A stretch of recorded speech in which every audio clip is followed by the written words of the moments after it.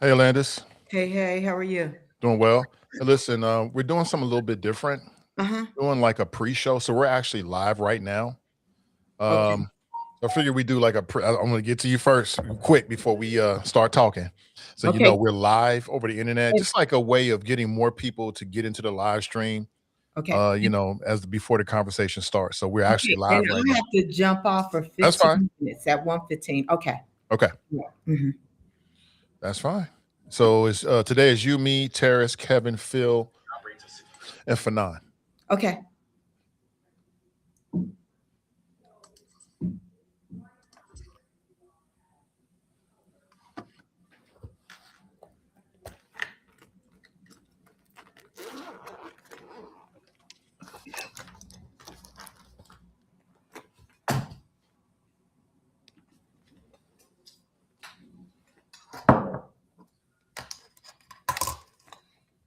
Terrence, can you hear me?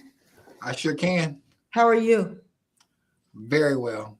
Good, good. How about yourself? I'm good. That's good. All I require is waking up in the morning and then I'm good. That's what I'm talking about.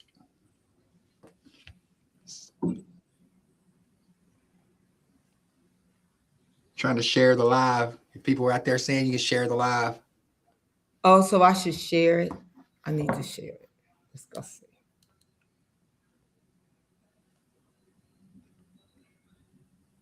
Do I even know how to share live? I'm gonna try. What I do, I'm just going into my phone and finding it on the Facebook or on the Facebook, and then hitting the share button for anybody that wants to share the live. Oh, they can hear you. I need to share. Okay, I'm doing it.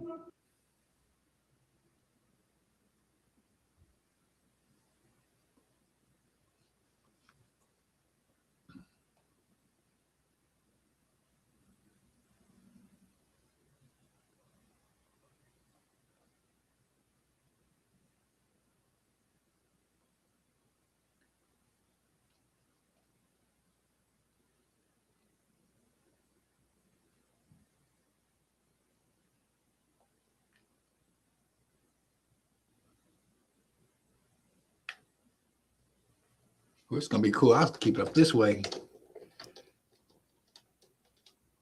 You can see who's entering in the chat. That's dope.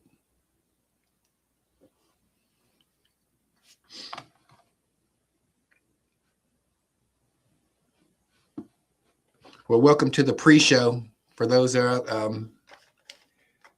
early watchers, if you don't mind sharing the live, sharing the pre-show live, got a good show for you today.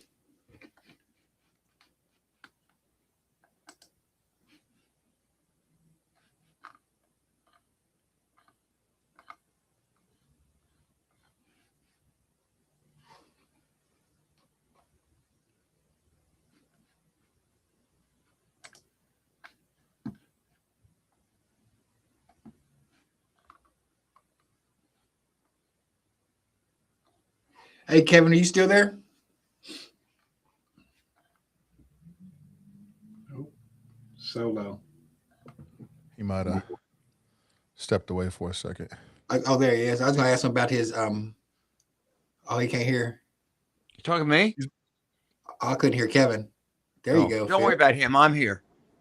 Oops, Whatever, man. I just said I'm trying to squeeze in this lunch real quick before we go full on. Oh, I was going to ask you. Somebody was talking about. We cannot. Excuse me. We cannot adjust the show around your culinary habits. Okay. We have a strict start time. I think we all need to stick to it. If you don't mind. The crossover, your crossover dribble. Somebody was talking about how you were a good basketball player, and I was just Oh, Kevin. I heard he was good. Middletown, he was a star. Once upon a time. Once upon a time, that was long ago. That was a couple of bad knees and a. You still who? Very sparingly. Yeah, very sparingly. You were talking about pickleball. Like if you and your wife ever want to get out and play some pickleball, me and my wife will play with you. I mean, my wife is just learning how to play too, so it would be a good introduction to to the game. Yeah, we should do it. You know, my wife is pretty good. I mean, she's been at it for maybe a little over a year now, and I mean, Oh, really? she's Okay. grown by. She's grown by leaps and bounds. She's gotten really good. She suckered me into going to one of her league game. Well, I shouldn't say suckered. I actually went with her to watch her play. And when I was there, I got suckered into playing with a lady whose partner didn't show up. And man, it was a train wreck. That's all I could say.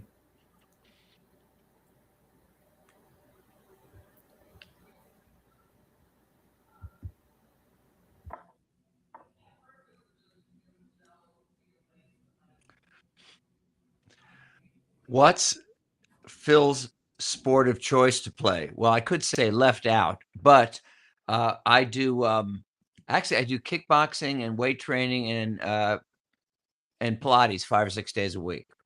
To answer, can Christian hear me or not? Yes, he can hear you. Okay. Hey Nathan, Yes, sir. can I have a minute or two at the beginning of the show to share an interesting experience I had yesterday? Sure. Okay.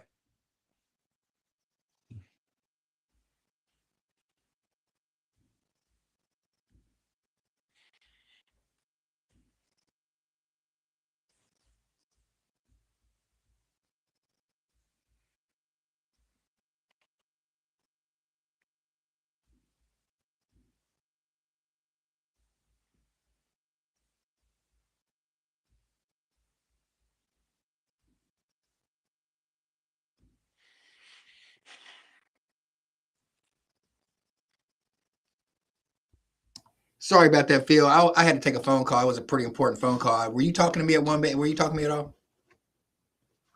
I think I was just going to pay you some huge compliment, but I don't remember what it was. So, doesn't matter. What is your sport of choice, Phil? As I said a minute ago, well, I do kickboxing and weight training and Pilates 4, 5 or 6 days a week. I do Pilates 3 days a week. Do kickboxing and weight training usually around 5 days a week. I mean, currently, when I was younger, I played tennis all the time. I played a lot of tennis tournaments. I wasn't that good, but I could compete. But I played it in 30 years. Have you tried pickleball? I have tried a couple times. The thing is, if you've played a lot of tennis, it's pretty easy to pick up pickleball. So even though I've only played a few times, I was able to, do okay just because of that. Now, are you a regular pickleball player? You and your wife? I play a couple times a day. So are you serious? Yeah, I play in the morning. I play in the morning from 9 o'clock till maybe 11 o'clock or 12 o'clock with a group of probably 60 to 80-year-old people. Really? Yeah. Really? They're You out there bullying them, huh? No. Yeah. I wish, man. They take pride in whooping up on my butt. They love it. And then they teach me about, like, I'm learning a lot about retirement plans, and they going a lot of cruises, and I get a lot of stock tips from them, and we just talk about and plus there's 84-year-old women that I play with that they can still play, and it's just I'm building my treasures in heaven, just to say that. Yeah. Is this competition? Is this over at Twin Lakes where this takes place? A town and country over in Wilder. Okay. And then after that's retirement home. I'm just teasing about that. But then after that, we play over in Dayton. Over here, we have it's probably like 3.5 and above competitive.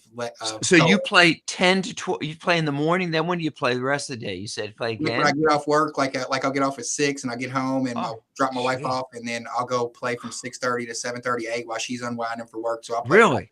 I play like 2 times a day. Is pickleball always doubles? Or they don't have singles in it, do they? Or is it always play singles, but most people play doubles. Yeah, that's what I thought. So where do you play? Oh, well, okay. Do you belong to some place that you play at regularly? I belong to Town and Country in Wilder, and then in Dayton, Kentucky, in the city where I live in, I can look right out my window right here, and we put 4 brand new pickleball courts right here adjacent to my house. Wow! Gilliland Park. Our city and the school board administrative, we went in together and we spent $500,000 on rejuvenating this park for our kids to have something to do and our adults to have something to do. So Since we've opened the park since October, we've seen probably about a 500% increase in park usage, and we can tell by garbage can pickups. You think largely because of putting the pickleball? Oh, pickleball, and then we put like $250,000 into the playground facilities for the kids. Well, so it was a joint venture between the school board and the city, and we spent $500,000 to generate the park. So it's been a hit. If I recall, Town and Country, my daughter played volleyball there. It's a pretty impressive. It's a huge complex, isn't it? If I'm right. Yes. Yeah, it's pretty impressive. Yeah.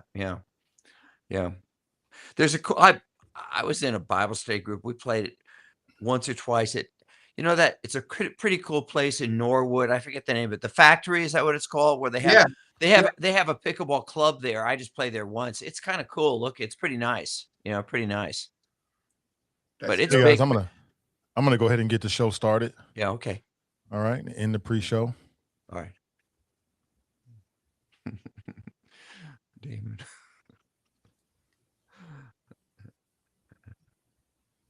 Emergency hernia surgery. Oh no, Ashley. I wish you the best. Hope you're okay. Wish you a speedy recovery. Basketball season. I thought you were talking about the hot mic season. Are you talking about for Ohio Kings? I think they start in, you had to ask Kevin, but I'm thinking October, November. I could be wrong about that. All right, guys, put you backstage and we'll get the main show started.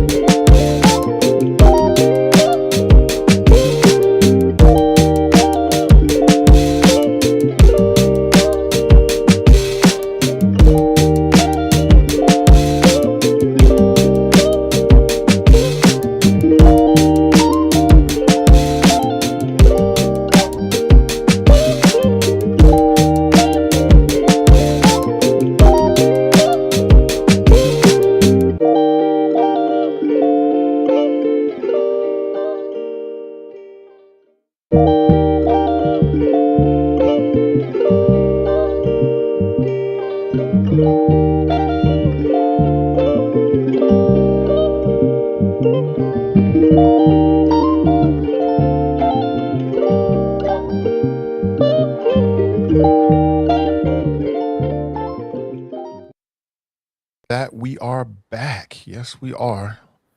Welcome back, everybody. We are live. Welcome back to Hot Mic Cincy. Phil, lost your video feed. Not sure if you turn it off.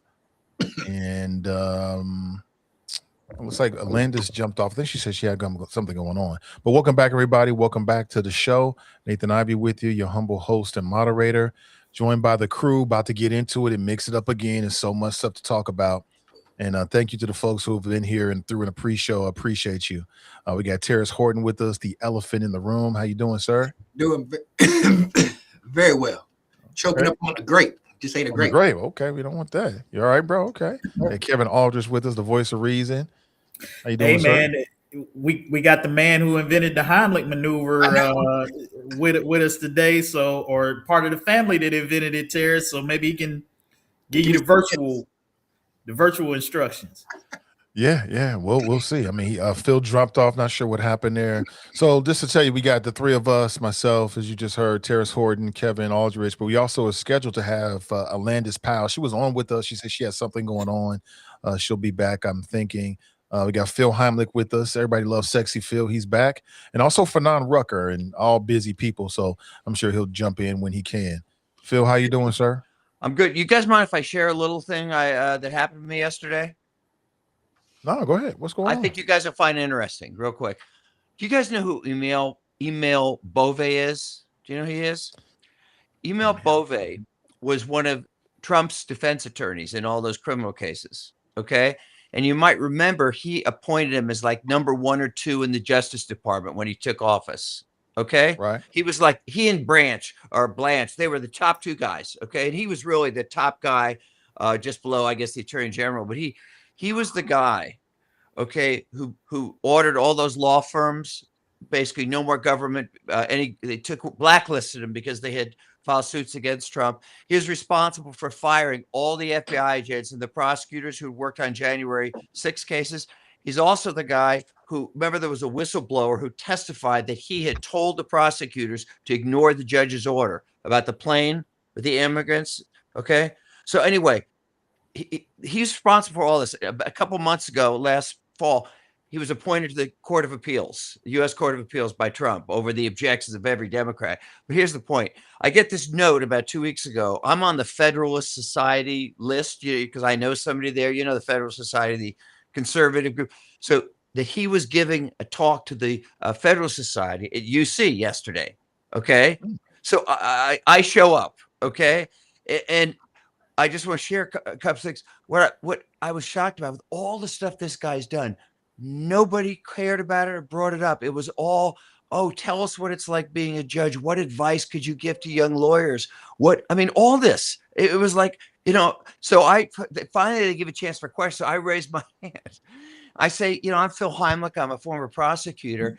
Can you explain to me how you can justify firing hundreds of FBI agents and all these prosecutors who were respected career prosecutors just because they prosecuted January 6th defense? How do you justify that? Okay. So he goes, he doesn't, he just says, well, according to the Constitution, there doesn't have to be any moat between the president and the Justice Department. If the president wants it done, that's perfectly constitutional. So I said, okay, I agree, it's constitutional, but is it right? Was it right to do that?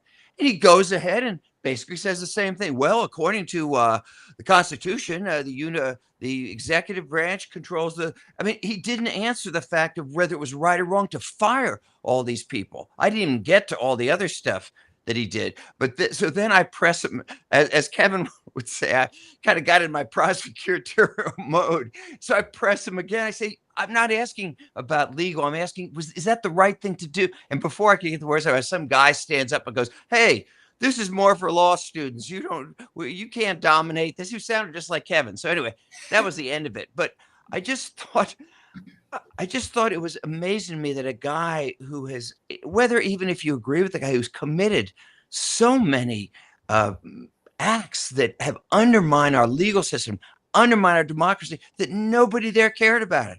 Nobody did. I thought that was interesting. So I just wanted to mention it. That's very interesting. Why do you think that is, Phil?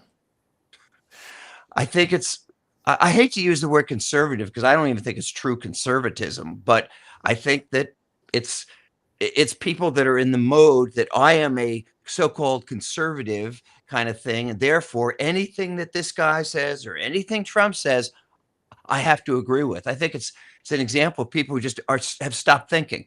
That's how I'd be interested what Judge Rucker thinks, but that's kind of how I see it. I was just blown away that nobody except me brought this stuff up. Judge Rucker looking extremely good, bro. Good to see you, man. Yeah, thanks a lot. I'm with the glasses crew today, Phil. I'm sorry that you didn't get the memo of the glasses and the bald Well, head. no, it's not that. You look like you're headed to the ski slopes, like you just got from under away from the fire at the ski lodge. There, you got that kind of, you start to look a little like Kevin because they inquire, wasn't paying the heating bills and all this. So, but you look good, sir. Well, I appreciate that. Yeah, I decided to come to the firm's library today, and I don't know what happened. I couldn't get on the link, so I'm actually on my cell phone with about 39%. So I'm gonna be on as long as I can and offer whatever I can offer until that happens. Well, your insightful comments, however limited, will no doubt be the highlight of the show. You're so flattering, Phil. I appreciate that. I want to apologize.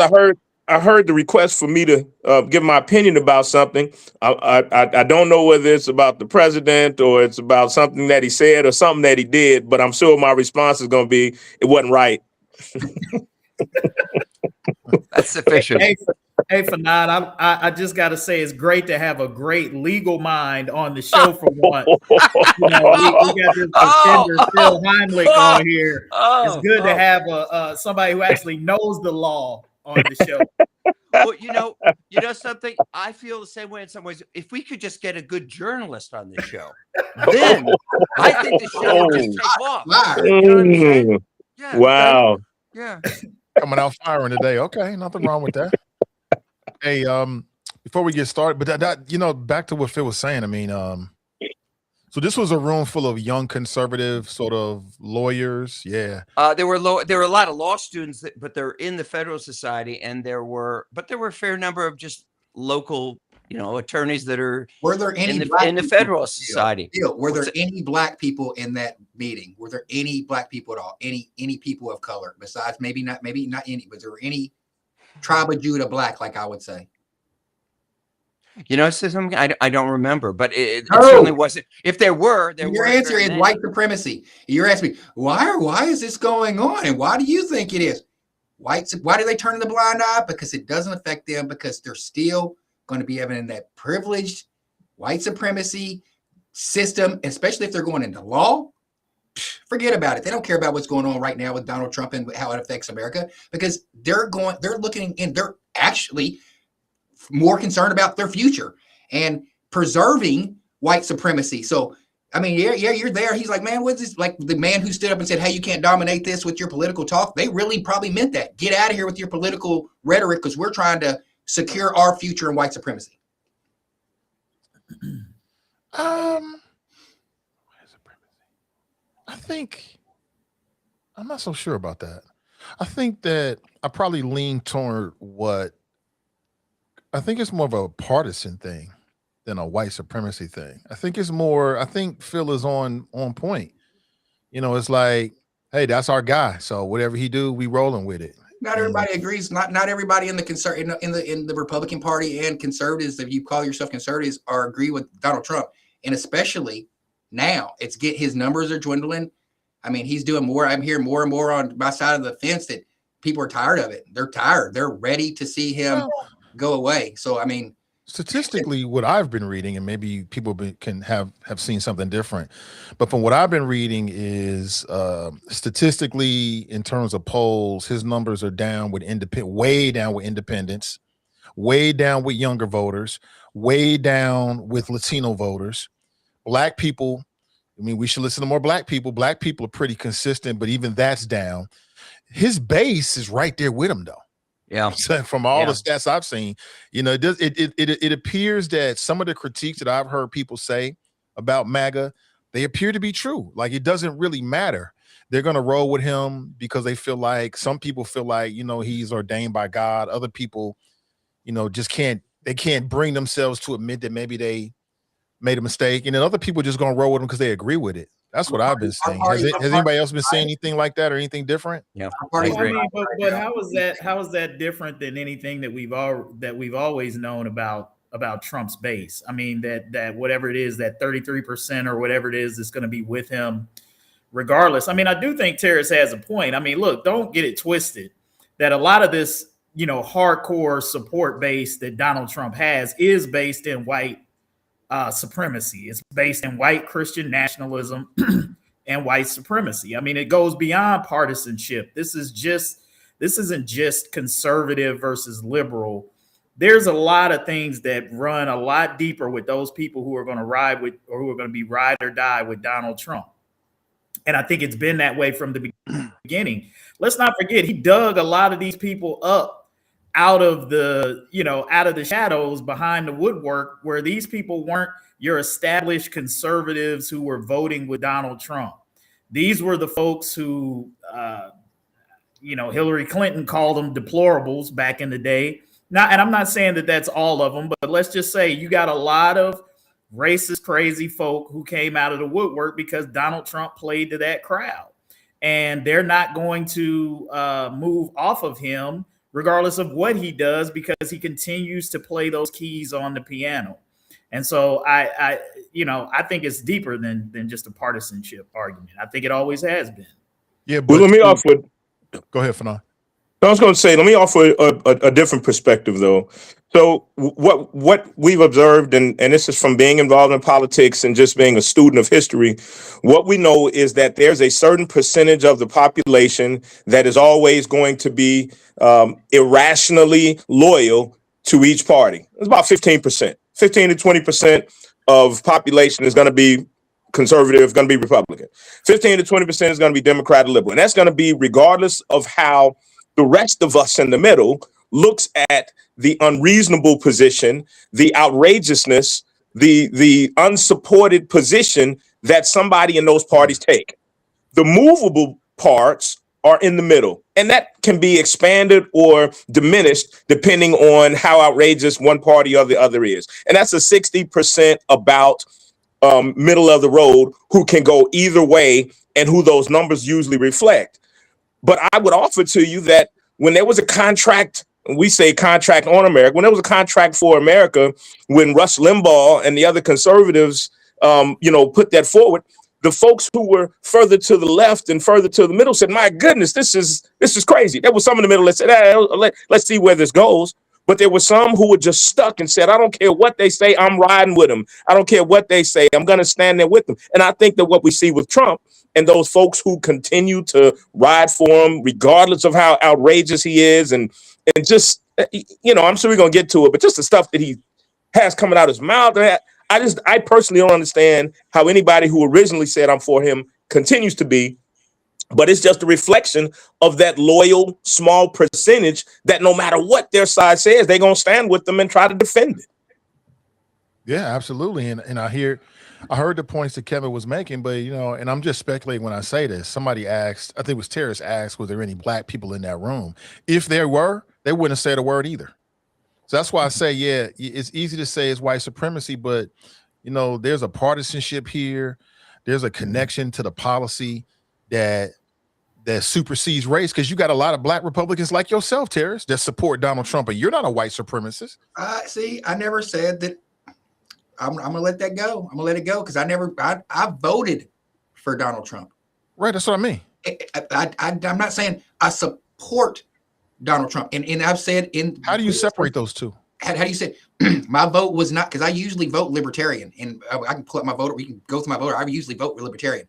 And I've said this on this show 1,000 times. The reason why I voted for Donald Trump specifically this time is because the packaging the Democratic Party did and how they did not go through the process, and then they put Kamala Harris up there. I've said this 1,000 times on this programming. It's not that I agree with Donald Trump. My vote was strictly personal. My vote, because I voted against what the Democratic Party had to offer. I usually vote third party. If I knew now what I know then, if I knew then what I knew now, I probably would have voted third party. I still would have voted for Kamala Harris. My vote was like, Donald Trump's going to fix his immigration. Moving to now what I know now, I'm embarrassed to have this man as our president. I'm embarrassed. So if the election was held again today, would you vote for Harris? Hell no. I would vote third party. I'd vote third party. I'd vote third party. I wouldn't vote. That's how you should have voted in the first place, Terrence. You should have voted third party in the first place. Because the thing that I just can't get over is everybody told y'all who this cat was. And the most maddening thing is the people who want to come out now and act surprised and like, oh, I regret my vote. I did. Everybody and their mother were telling you this dude was a liar. He had proven the last time he was president, he was a liar. So miss me with this, oh, I regret my vote and I didn't know he was going to be this way, all that kind of stuff. I never said I regret my vote. I never said I regretted my vote. I would never vote for Kamala Harris. I would never vote for Kamala Harris. I'm just saying I'm disappointed that Donald Trump is letting these white nationalists, like when I talked about on this program before, Paula White. I said Paula White is, I said they just made Paula White the spiritual leader in the White House and y'all cuffed me down like Paula White. It was Phil. She was the spiritual leader the first term. It wasn't just. She was in from the beginning of his second term. She was in the first term. From the beginning of the second. She She was not in charge until the beginning of this. She was his spiritual advisor during the first term. But here, I differ with Dick Kevin, and I understand that sentiment. But you know, listen, whenever people wake up and they decide that they realize that maybe they have some regrets, I say, come on in. Come on in. I'm not coming to the Democratic Party. I'm saying come on into common sense. I'm staying with the Republican Party, the same side that is going against MAGA in a month. In 1 month, we have elections, we have primaries, and everybody that Donald Trump said, you know how that he gets people to capitulate with him? Is say, I'm going to primary you. I'm going to primary you. So it's up to the Republican Party. We're in a civil war right now to see if Donald Trump's MAGA is more. It can beat the people who are already in Congress who go against him, the Marjorie Taylor Greens, the Thomas Masseys, the people who go against Donald Trump and say, we're not going to listen to you. We're going to get, and he said, I'm going to primary you. So in Kentucky, they're spending millions and millions and millions of dollars to primary. So we're going to see. So I can't even speak on anything until after the primary. Then we will know what direction going for the midterms the Republican Party is going in. But until the primaries leading up into November, Republican Party is we're in a 6-7 right now. Okay. Well, let's move on. Let's get into the topic. So 25 years ago this past week, you had the untimely passing of Timothy Thomas that led to what I call the unrest here in the city of Cincinnati. There have been a lot of articles in local newspaper, local media, most notably the Inquirer about it, centered around some of the major players. But I want to get your thoughts about it. And, I'm trying to find some unanimity here. Can we all agree with some things about it? So one, can we all agree that Cincinnati is in a better place today than we were 25 years ago in terms of our police community relations? I certainly would say yes, and I have my own personal reasons why I say that. Yeah, I would agree with Fanon. I think by a lot of measures you can say and point to the fact that Cincinnati is better off than it was 25 years ago. And I think one of the things that you got to recognize when you say that, like there'll be some people who will be critical of that because it's not perfect, right? Nobody is saying that there still isn't room for improvement and there aren't things to be worked on. It's sort of like the same conversation we have about Black people's progress in this country. Unquestionably, we were, in terms of police community relations in Cincinnati. And certainly we aren't 100% where we would like to be. But I think when you think about how police respond to incidents these days versus back then, that's a direct product of, unfortunately, what happened in 2001, but what came out of it in the collaborative agreement and some of the other things that have happened since that have absolutely changed the way policing is done in Cincinnati.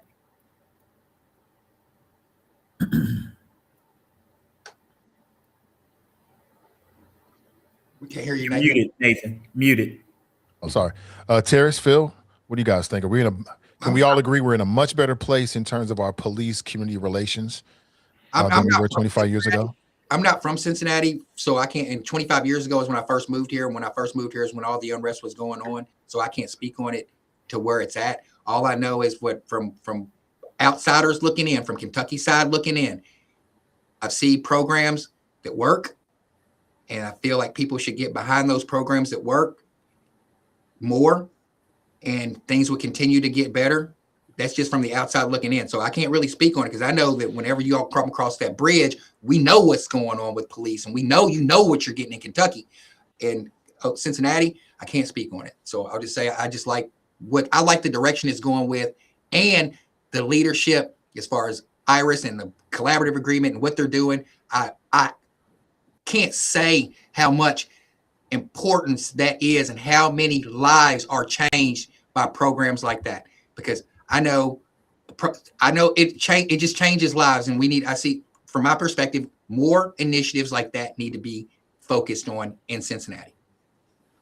Phil, what do you think? Can you agree? Don't mess this up. We got a good thing going on now.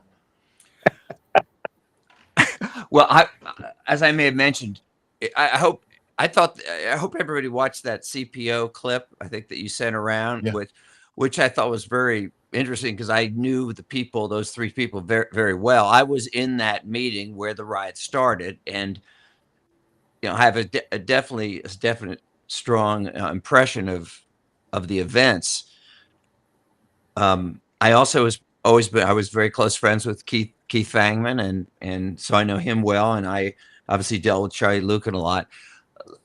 Let's put it this way: I have a feeling we're going to get into it on some aspects of this, so I don't want to get involved in preliminary skirmishes. Okay, I just have a sense there's some aspects we're going to disagree on, so I wouldn't say anything until we get to that. I just want to know: can we at least, this is very basic, Phil. Don't run from this. Can we agree? Run from it, yeah.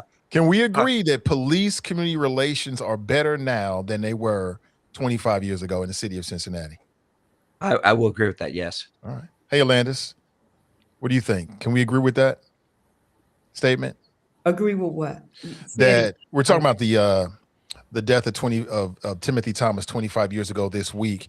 And the first question is, can we all agree that police community relations are better now than they were 25 years ago in the city of Cincinnati? Yeah, I guess so. Okay. I'll take that. Okay. It only takes one shooting to say we're not. It takes one mistake for everyone to swear, oh my God, things are bad. It really just takes one, and people, start saying that maybe we're not, but I want to think we are. Like, even with just some of the policies that they put in place and some of the conversations that they have that a lot of people might not join. I know Iris has driven a lot of conversations with the police when things are happening a little strange. So I think so. I think that makes the answer yes. Okay. Next question. Can we all agree that what happened after the death of Timothy Thomas was an unrest and not a riot? No. That's you I knew this was going to come up. You didn't mess it up already. I got my bulletproof vest and I got my armor on, so I was ready for this. Besides, Phil, what do you guys think? I don't think they work to the exclusion. And I've been saying this and hearing this for the past 25 years, that it was unrest and not a riot. It was an uprising and not a riot. Well, I'm a lawyer. I was a judge. What is a riot? By law, a riot is 3 or more people engaged in violent and turbulent behavior that results in the destruction of property. Sound like a riot, look like a riot. It was a riot from a legal standpoint. Now, I understand that the messaging and the psychological position that we offer is that it was an uprising. Yeah, I don't think that was to the exclusion. I don't think that saying it was unrest is to the exclusion of the legal definition of riot. I don't think it was LA 1993. I don't think it was to that scale. Absolutely not. I don't think it was to the scale of 1968 when we had Cincinnati burning down. But I do think that on scale for 2001, yes, it was a riot, but it was also unrest and an uprising. Can we We're trying to have it all the ways? Can I throw out a question? You talk about I'm a lawyer. What do you expect? Well, I think the nuance of what Fanon was saying is that it's a matter of one's perspective versus the legal definition, and which is Fanon hit on the exact point that I was going to say, is that technically it meets the definition of what a riot was. But people will look at it from the perspective and say, based on the scale, like exactly like what Fanon said, just because it wasn't Watts or it wasn't, 1968 or one of those things, proportionally doesn't still mean that it doesn't fit the definition of what a riot is. Proportionality has nothing to do with what an event actually is or isn't in terms of what the legal and technical definition of what it is. But I understand what he was saying also from the spirit of many who were involved in that in terms of what they were trying to do and what they were trying to say about what this was in terms of citizens in Cincinnati who were fed up, sort of rising up, to protest and to challenge some of the things that were going on. That certainly is a perspective that you can't argue with, but at the same time, it does meet the legal and technical definitions. Yeah, I don't want you to hide behind legal definitions. Can I ask a question? This question is rooted in your personal perspective. That's what I'm asking. Ask a question. Yeah, sure. How did these riots, call them whatever, how do these riots, how are they different from the attack on the Capitol on January 6th? Is that a serious question? Very serious question. In terms of whether you're talking legal, or whether you're talking right and wrong. How they different? You're going to take it. You're going to look at it a certain way, and you're going to say, just like the brawl downtown. Some people are called it a brawl. Some people called it a bar fight. Just like the war, the conflict is going on in Iran. Some people call it a war. Some people call it a conflict. Just like this. I mean, it's people's perceptions. So I'll say that riot is a type of unrest. So unrest can lead to a riot. So it can be unrest, and it always leads to a riot. January 6th, there was not unrest. They was just pissed off because of a situation that happened. They were pissed off, and the people in our city were pissed off. What's the difference? Let me finish though. Okay. Because the unrest normally takes time to build up, and it explodes into a riot. So a riot, by definition, is started through unrest. What happened in January 6th, so that's my answer when it comes to riot versus unrest. I think it was an unrest in Cincinnati that led, and it's data that helps you understand what led that led to what definition was a riot. So I agree it was a riot that was led through unrest. January 6th was people in a moment in time that was pissed off, that someone helped them get more pissed off and decided to do something. They decided to not destroy. I can tell you at that meeting, Landis, Reverend Lynch got people just about as wound up. Okay, but let me finish. As Trump did on January 6th. You didn't let me finish. So what we did in Cincinnati was destroy our place, our community. We destroyed where we were. We destroyed, and it was unrest that led to that. And it wasn't just Damon Lynch. It was people who actually, something happened that caused the death that had happened before that led to it, and other things. January 6th, people left their homes and stormed our collective capital. It wasn't unrest. It was pissed off at a moment in time.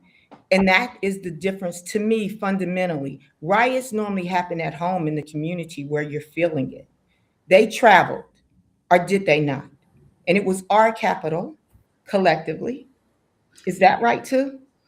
And it was because of someone losing a vote.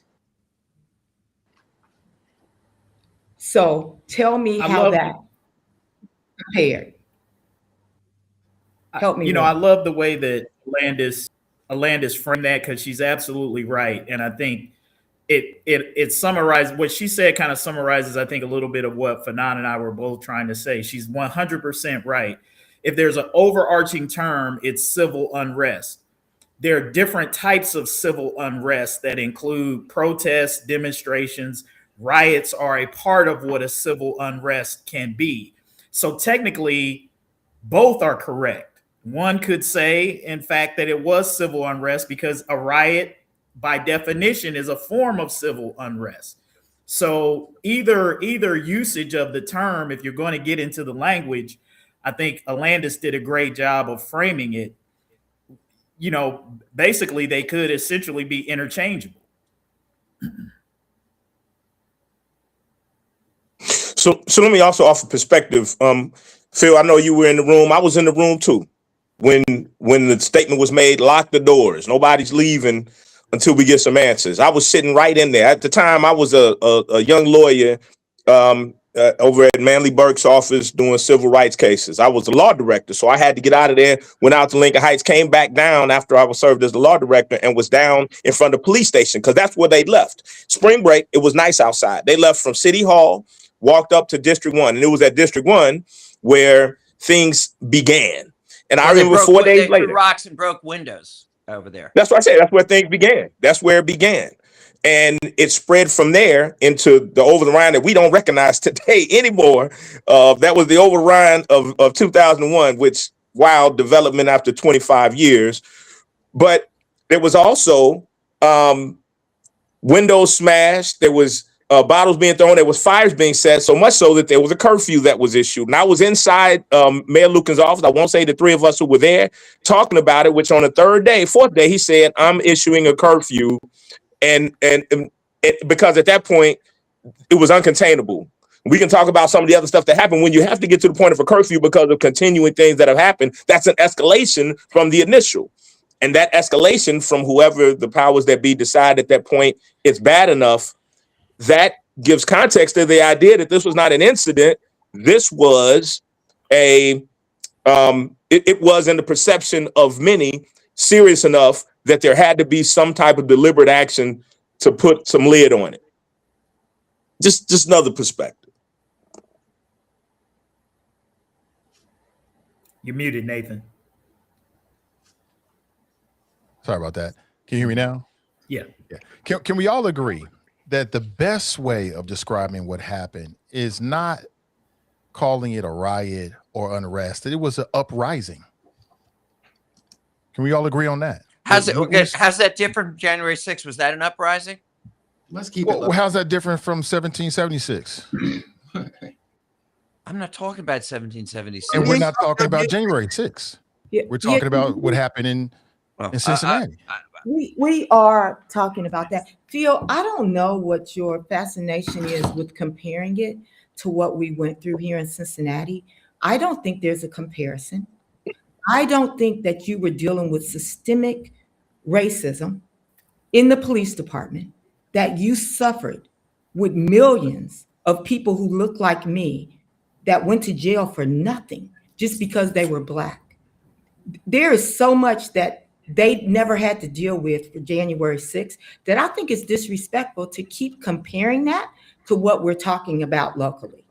That's just my feelings. What I'm comparing is not the what I'm comparing is not the rightness so much of the cause, but the fact that in both cases there was violence that erupted, and it was directed largely at innocent people. Okay.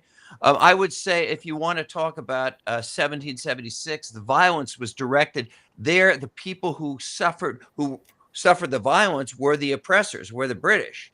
Okay. Whereas on January 6th, the people who suffered were the police and those people defending the Capitol, and the people who suffered during our uprising, riots, whatever you want to call it here, were mostly innocent shop owners, small business people, and others who had their places looted and destroyed. They weren't oppressors like the British were. So all I'm pointing out, and I would also keep something in mind too, is that in the minds, even though I think they're totally disagree, in the minds of those people on January 6th, they felt that they believed, rightly or wrongly, that a great injustice had been done to our country, that our country's election had been stolen because of Donald Trump's lies. That was their belief.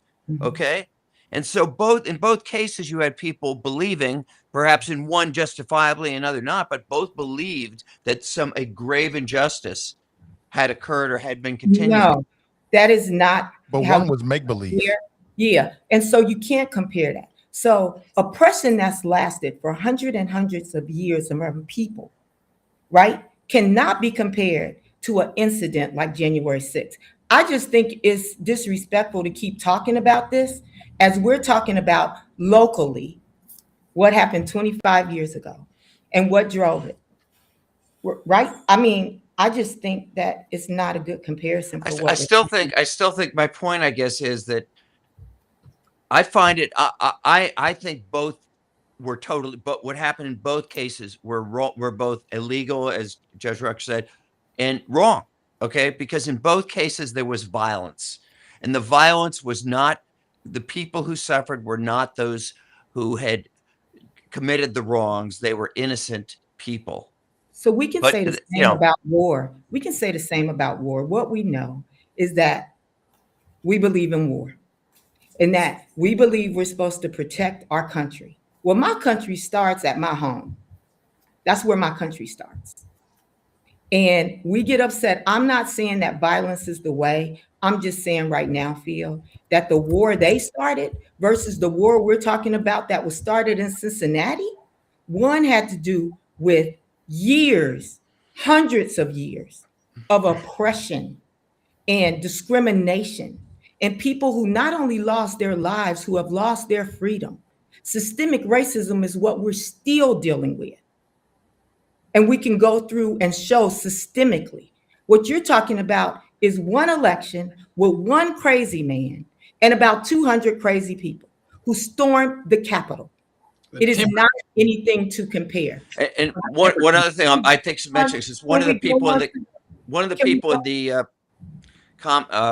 our audience said, well, where is the, as you just said, where is the issue about racism all had been built up here? The thing in Washington was just like spontaneous. Well, actually, it had been built up since the election by Trump and all those MAGA people who constantly threw out social media stuff, constantly building up the anger about the alleged stolen election. So it's granted, it's not the same, but it wasn't just one day. It had been built up, intentionally built up. 3 months versus 400 years. Yeah. All right, I understand. That's a fair distinction. Yeah, I don't see the comparison between the two either. The comparison is they're both violence, and they're violent. The violence is, in my opinion, is wrong. And I know. Look, I know. I think that you can't even compare if you're just looking at it from violence. There's no comparison between the two. I mean, it's clear that January the amount of property damage, I don't know. I'm talking about the assault on police officers. Here's the problem with what we're doing with these gymnastics with the words, and it really comes down to the perspectives of what people of how people want to look at it, right? Because technically, by definition, you wanted to use the word uprising just now. Well, you could say that's exactly what January 6th was. It was an uprising. An uprising, all it is a rebellion or a revolt. Whether you agree with it or not, whether you agree with the reasons behind it or the righteousness behind it or not, technically by definition, that's exactly what it was. It was a revolt. But we're not talking about January 6th. Insurrection. These are all just synonyms, basically, for the same actions. So how you look at it depends on the perspective of the people involved. But we're not talking about January 6th. Phil brought that up to distract us from the conversation. No, I'm just saying. I only use that. I'm just trying to reframe it. Say that these words that we're parsing right now are in the eye of the beholder. So you're trying to get a unanimous agreement on whether something was a uprising, an unrest, or a revolt. And you're never going to get people who are going to uniformly agree. That's not what I'm trying to do. I'm trying to get what people's perspective is. Huh? Yeah, that's not what I'm trying to do, Kevin. I'm trying to get your perspective because. Well, you said the question started out, can we all agree? Yeah, that's how I started the question. Yeah. So no, we can't all agree. Exactly. I really, Kevin, believe it or not, I already know that. Believe it or not, I already know that, bro. I'm trying to get people's perspective. The device that I used, the rhetorical device I used was just that. I already know that. So let's bring it back home because I hear this. I still see people using the word riot, which to me is not what that was. I see people using the word uprising. I see unrest. So I'm trying to, and to me, it depends on your perspective, how you look at it. So I'm asking the panel so I can get your perspective on how you look at it. Whether you agree or not is not really the point. That was just a device to get us into the conversation. So let's not get caught up with that. Is it a riot? Is it an uprising? Are you doing How that do you thing that look at Trump it? does, the flow? What does he call that thing? The weave? Are you doing the weave? Yeah, I'm doing the weave, Phil. Okay, all right. So like I said, what are you talking about? I'm doing the weave. And as Pat said, January 6th was an insurrection. So, I mean, we way off kilter with all of that. So I'm trying to get to how people look at what happened 25 years ago. Because some people use the word riot and other people take offense to it. And then some people use the word uprising and other people take offense to it. So I'm trying to figure out where the panel lies on that. Not the Webster's definition, your perspective. That's the whole point. Don't hide behind a dictionary. Tell me what you think.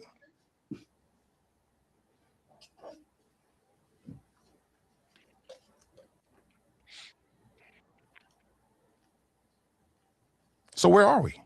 Riot, uprising, unrest. Where are we?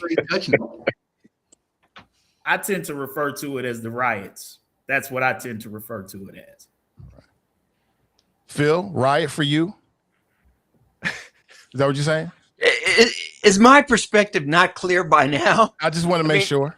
My perspective is I bring up January 6th. Here's the reason I bring it up. I know you don't want to talk about it, but I bring it up because I see a lack of consistency. Okay. Because we've talked about both of these things here on this show. And I look at, in my opinion, as I've said this before, both the violence, the violence in both was wrong, illegal, and unacceptable. Okay. Call it what you want. Riot. I'd say riot for both of them. But as Kevin said, January 6th was an insurrection. Kevin said, you can use whatever word you want. But I thought that January 6th was called an insurrection. Matter of fact, there was a legal case most recently, which a judge said that it was an insurrection. I agree. I think that is a good term for it. I mean, I don't really care what you call it, but it's pretty obvious what happened. So it doesn't really apply to what we're talking about then.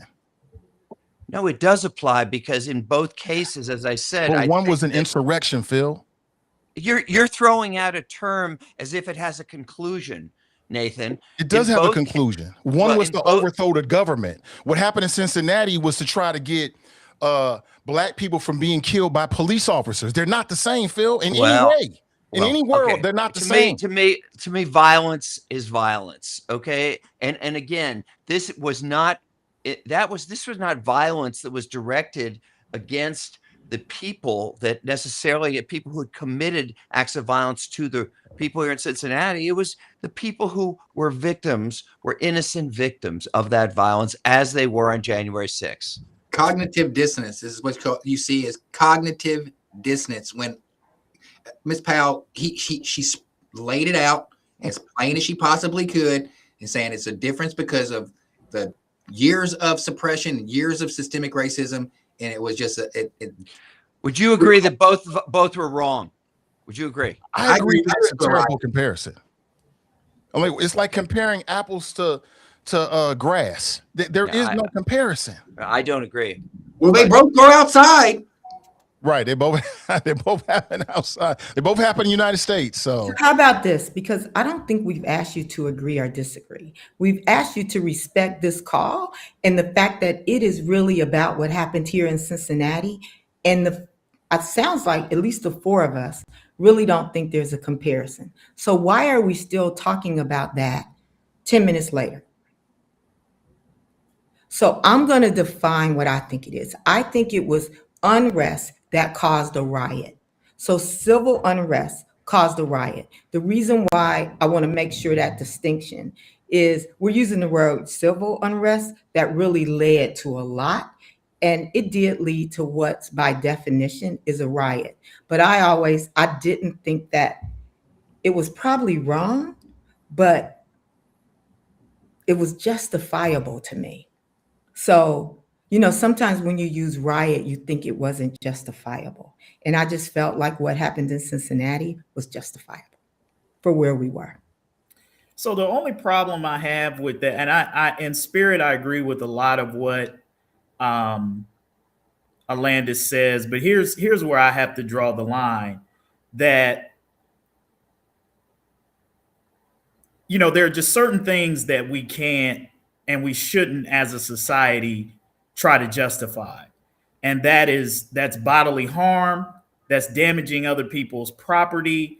I mean, I just think there are certain things that we have to stand on and say that these are not things that in society we should, and I get where everybody is coming from in terms of the frustration and the whatnot that's available. But the minute that we fall into violence and justifying certain actions, then it just becomes chaos, regardless of what the righteousness of the cause is.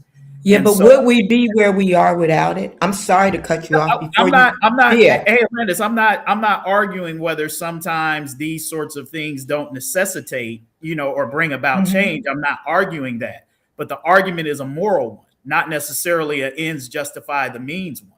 And so for me, I'm always going to make the moral argument against violence, against damaging property, but I'm not going to also sit here and say that sometimes those things, when they happen, don't bring about change. And certainly in that case, it did.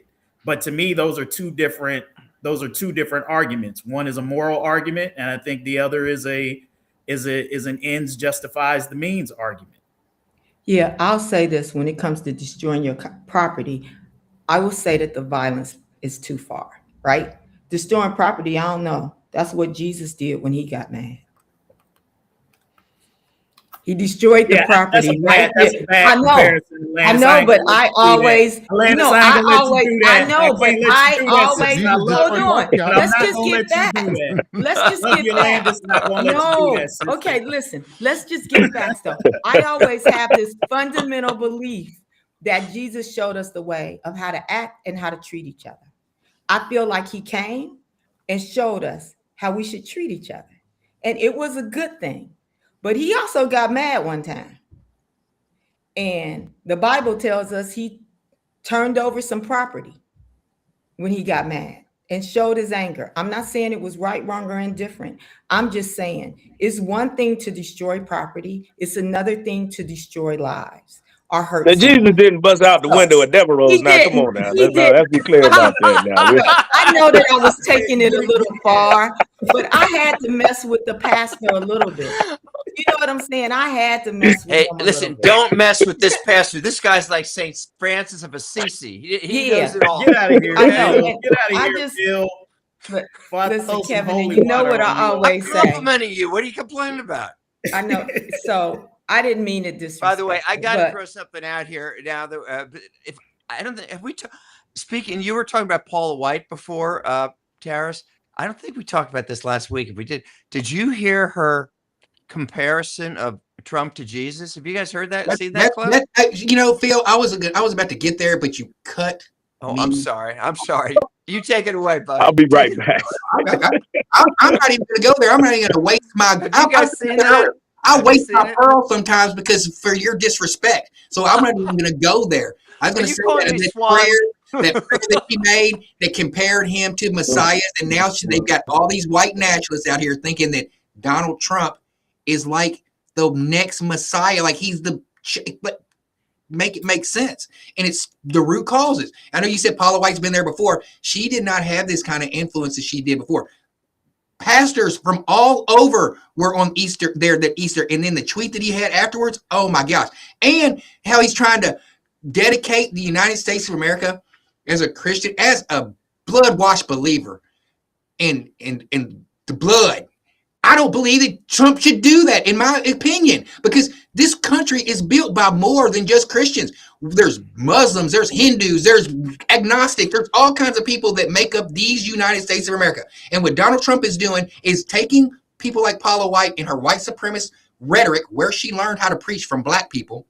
She learned how to hoop and holler from the black church. So she's taking all that to, it's just ridiculous.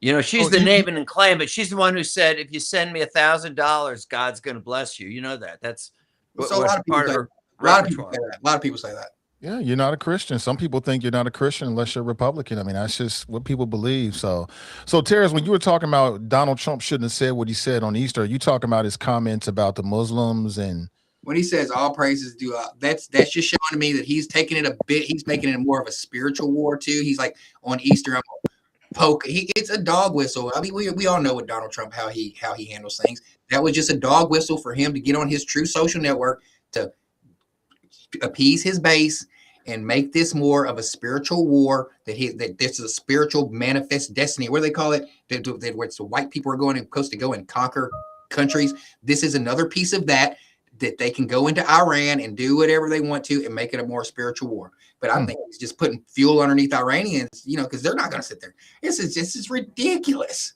Okay, interesting. So have you did a 180 on Iran? Because we talked about this about a week or so ago. You said just go in there and just take it.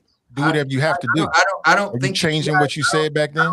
You guys, listen to me. When we were talking about the war in Iran, I said, if we're going to go to war and we're really going to go to war, why are we going to mess around with them? If we have the most powerful country, the most powerful military in the world, why are we messing around? Why are we going there and be like, well, we're going to do this. And if you don't do this, we're going to do this. And if you don't do this, we're going to do this. Take it.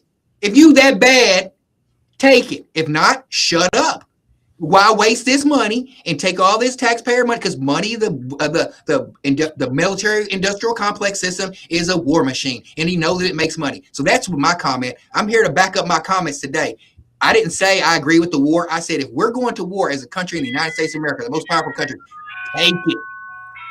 Well, as I remember, you also said, and again, I'm not trying to put you on the seat here, but when I hear inconsistency, sometimes people, we grow. We all change our opinion. Ain't nothing wrong with that. In fact, it's intelligent to change your opinion when you get new facts. But you also said something to the fact that, the servicemen and women in the military, hey, that's what they signed up to do. And I was like, yeah, but are we just going to send our men, our military into harm's way, and we don't even know what the reason is when there is no real threat? So are you seeing this whole thing in Iran differently? To answer that question, when people sign up for the military they take an oath to let the acting president of the United States of America be their commander in chief. You no longer have your name. You are a GI, which is government use. So I'm not saying it's right, wrong, or indifferent, but when people stand up and they take that oath, just like I took an oath, we got that I could be, and other people take whatever professions they have to stand that oath, and they say that the commander in chief, and Donald Trump is their commander in chief at the time. I'm saying if he's going to use the military as the military industrial complex system, and people signed up to do this, you got to know they get what they get. Then they get what they get, and so what? My son, and I'm saying that with a son who is in the Kentucky National Guard, who will be one of the first people who get deployed. Well, there's already boots on the ground there. I mean, yeah, you guys get in the game, bro. Yeah, very interesting. I read that the number of conscientious objectors is like way up. There's a lot of people in the military right now who are like, we don't want to go over there for Israel or anybody else. They just don't feel like it's a good place for them to be deployed, and they don't really understand. I've read this in some spaces that I deem to be credible. So there's a lot of question marks about this. And then on Easter, as you brought this up, our president, he tweeted on True Social something to the effect like, just open the effing straight. And I'm not sure people know this, but as we speak right now, the president has said that tonight, Iranian civilization is going to die. That is a direct quote. If they don't bend to his whatever he's asking for. It's an it doesn't look like they're going to do that. What's an interesting question about that is, it seems to me from what I've heard, what he's saying he's going to do is a war crime. It violates the Geneva Convention. He's going to blow up power plants. He's going to blow up water, desalination, all this stuff, which, as everything I've listened to, that is a war crime, okay? Because it's primarily aimed at civilians. And one of the things that was brought up, I think, in one of the new Washington Post or something today was, should a soldier obey that order, or does a soldier have a right to disobey that order? Because it is clearly, as far as I can tell, a violation of international law. That's a tough one. But back to what Terrence is saying, like when you sign up, it's like you sign up to do what you're told to do, right? And yeah, but as those guys as the senators, the ones that filmed the video where they said, hey, you do not have to obey. In fact, I actually think they're obligated? Tell me if I'm wrong, Terrace. You served.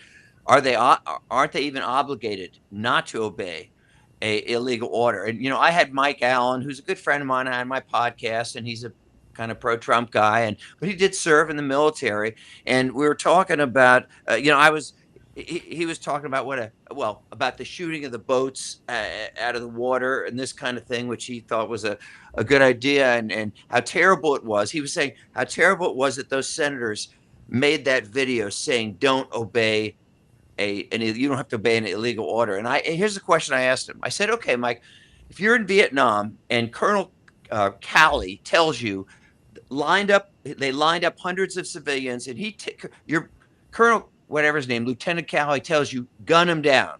Will you do it? Well, I mean, I like Mike. He didn't want to answer that. He didn't want to answer. Well, I mean, it's a tough question. Again, I love Mike. They never want to answer. They never want to answer the tough, relevant questions, do they, Phil? They always want to duck behind, the real meaty questions when you get right down to it. Look, to me, this is all about the cowardice of our Congress. And since we're parsing words and what words mean what, can we stop pretending now like this isn't a war that they're fighting over in Iran? You remember a few podcasts ago, we were going back and forth. There were some people in the chat and even on this pod who wanted to argue whether or not what was actually going on over there is a war or not. Well, I think that's water under the bridge by now. I think it's pretty daggone clear that that's exactly what we're engaged in over in Iran. And so to that end, if we're engaged in a war over in Iran that the president has never gotten congressional approval for in the first place, where are our Congress people, right? In my mind, this is what makes, with all due respect, now I'm not trying to make this, this ultra political, but this all goes back to the conversation we were having about Landsman a couple of podcasts ago. I mean, it just makes that vote that he put in against this war powers resolution all the more damning and indictable, because here we are right now in this position with a president who probably needs to have the 25th Amendment instituted on him, because clearly he's lost his mind. When is the last time you've seen a president go off on some kind of insane rant? I mean, look, he's done many, but this one is about the most unhinged that I've seen, from him. And that's saying, and he does them. Don't he do it like 2 a.m? I mean, I mean, isn't that a little crazy right there? It's like, where is our leadership? Where are people who are not blowing up our congressional delegation here in Cincinnati, blowing up their emails, blowing up their phone lines, saying, rein this guy in? Because the next thing you know, he's going to be done press the button on a nuke, and then all hell's going to break loose. And you may think that that's hyperbole, but if you're watching this guy, he is losing it more and more every day. That's not a joke. I'm dead serious. This is a guy who has lost his marbles. You want to talk about Joe Biden and his cognitive capabilities, and this dude, I'm telling you, if Congress doesn't step up, if people don't get serious and start telling their senators and their congressmen to get some brass and get a hold of this guy and start doing their jobs, it's going to be too late. I think everything you said is valid, but it's a little bit incomplete, Kevin, because everybody in here knows that you got one party that is the majority and has control of Congress. And so if you're going to be asking who's going to step up and where you point your fingers, it should be pointed at the majority. There's one party that's got all the power. And if you look at the other part, the minority party is the ones that's ringing the alarm. They've said exactly what you've just said multiple times. It's all over the internet. So what about Greg Landsman, who is voting for? Yeah, but Greg Landsman is not in the majority. There is one party. Your party is in the majority. Phil's party is in the majority. You said so the minority should be ringing the bell really loud. They are ringing the bell very loudly right now. Voting for this war machine that's going on. They are ringing the bell very loudly right now. It's all over the internet. So we can't get gun shy when it comes to pointing fingers. You got one party that's in full control. They're in full control. And we're talking about Greg Landsman. He's in the minority party. That's why I said, Nathan, it's got to come from the people, right? The people have to put pressure on these guys in Congress to do something. It's going to have to come from the bottom up, because it's not going to come from these cowards in Congress. They're not going to do it. They haven't done it. And the only way they're going to do it is if the American people, the mothers and the fathers whose sons are about to get caught up in this, who are about to get caught up in this crap, they're going to be the ones who are going to have to step up and get on these Congress people and get them to do something. Because you're right, the Republicans in Congress are not going to. They're not going to do it unagitated by the general public. They're just not. And that means conservatives who are out there listening to this as well, because again, it's going to be your sons and daughters as well who are going to wind up getting killed in this insane. I don't even know what we're doing. Oh, does anybody even know what we're doing? Like, what is the end goal? Like, what are we trying to accomplish? We're trying to get the Strait of Hormuz open. It was already open before Trump did what he did, right? It's crazy. This is craziness. Yeah. What has happened is, quite honestly, and just looking at a lot of objective, credible news sources that I believe are objective and credible, is that, and I hate to say this because I'm pro-American, but it appears that Iran is in even better position than they were before. They're making more money off of the various vessels that are going through the strait. And now what is happening is a lot of countries they have created their own bilateral agreements with Iran, and Iran is excluding us. And it just goes back to what we've all known, and I'll say this for the umpteenth time, and everybody knows this. It's all about good relationships. That's what makes any foundation, any company, any organization, and any country strong, is your relationships. And when you have an executive that strains those relationships, well, when things happen, you can find yourself all by yourself. And unfortunately, it appears that's where the United States might be right now. And I ain't happy about it because I'm in America like everybody else. We all have to deal with the fallout. But relationships, and there's a reason why no other president has badmouthed, our allies. It's because they are our allies. If you badmouth your neighbor across the street and then one day you want to borrow his lawnmower, they're gonna say no. And the same thing applies to the way that these countries interact. At the end of the day, they are run by people. They're run by people, and people run off relationships. And it's still not too late. I'll say it again. Our president can turn this around. He could turn this ship around right now and try to foster some goodwill with NATO and our other allies, even perhaps Iran, although that's going to be a very tough sell. But relationships is what has always made the United States what it is internationally. It is not nuclear weapons. It wasn't Hollywood. It wasn't John Wayne. It ain't rock and roll. It was relationships. I think another thing, and we've talked about this before, and I did one of my commentaries on this last week, is the way and again, Iran, I'll agree, terrible regime, all this stuff, but people need to know what the history of that country is. Okay, they have to understand in the 1950s, they had a thriving democracy. They had an elected leader, and we overthrew him because he wasn't going to cooperate with the oil companies. And we installed a total brutal dictatorship by the Shah, who brutalized his own people for 20 years. And that is what led to the Islamic Revolution. And people, and you can say, well, that's so long ago. Can you imagine if another country 50 years ago or whatever had come in and overthrown our government and put in somebody favorable? How would we look? How would we regard that country? And then on top of that, Obama and all the other countries put together what I think was a pretty reasonable agreement with Iran, and they stuck to it. But we broke it. So it's easy to just call them the great Satan, but I think it's important to understand some of the history, some of the reasons why they may have the anger toward our country that they do. I just think it's counterintuitive to some of the stuff that we're saying. And I ain't no military expert. I just read a lot and I've interviewed a whole lot of people that know more than me.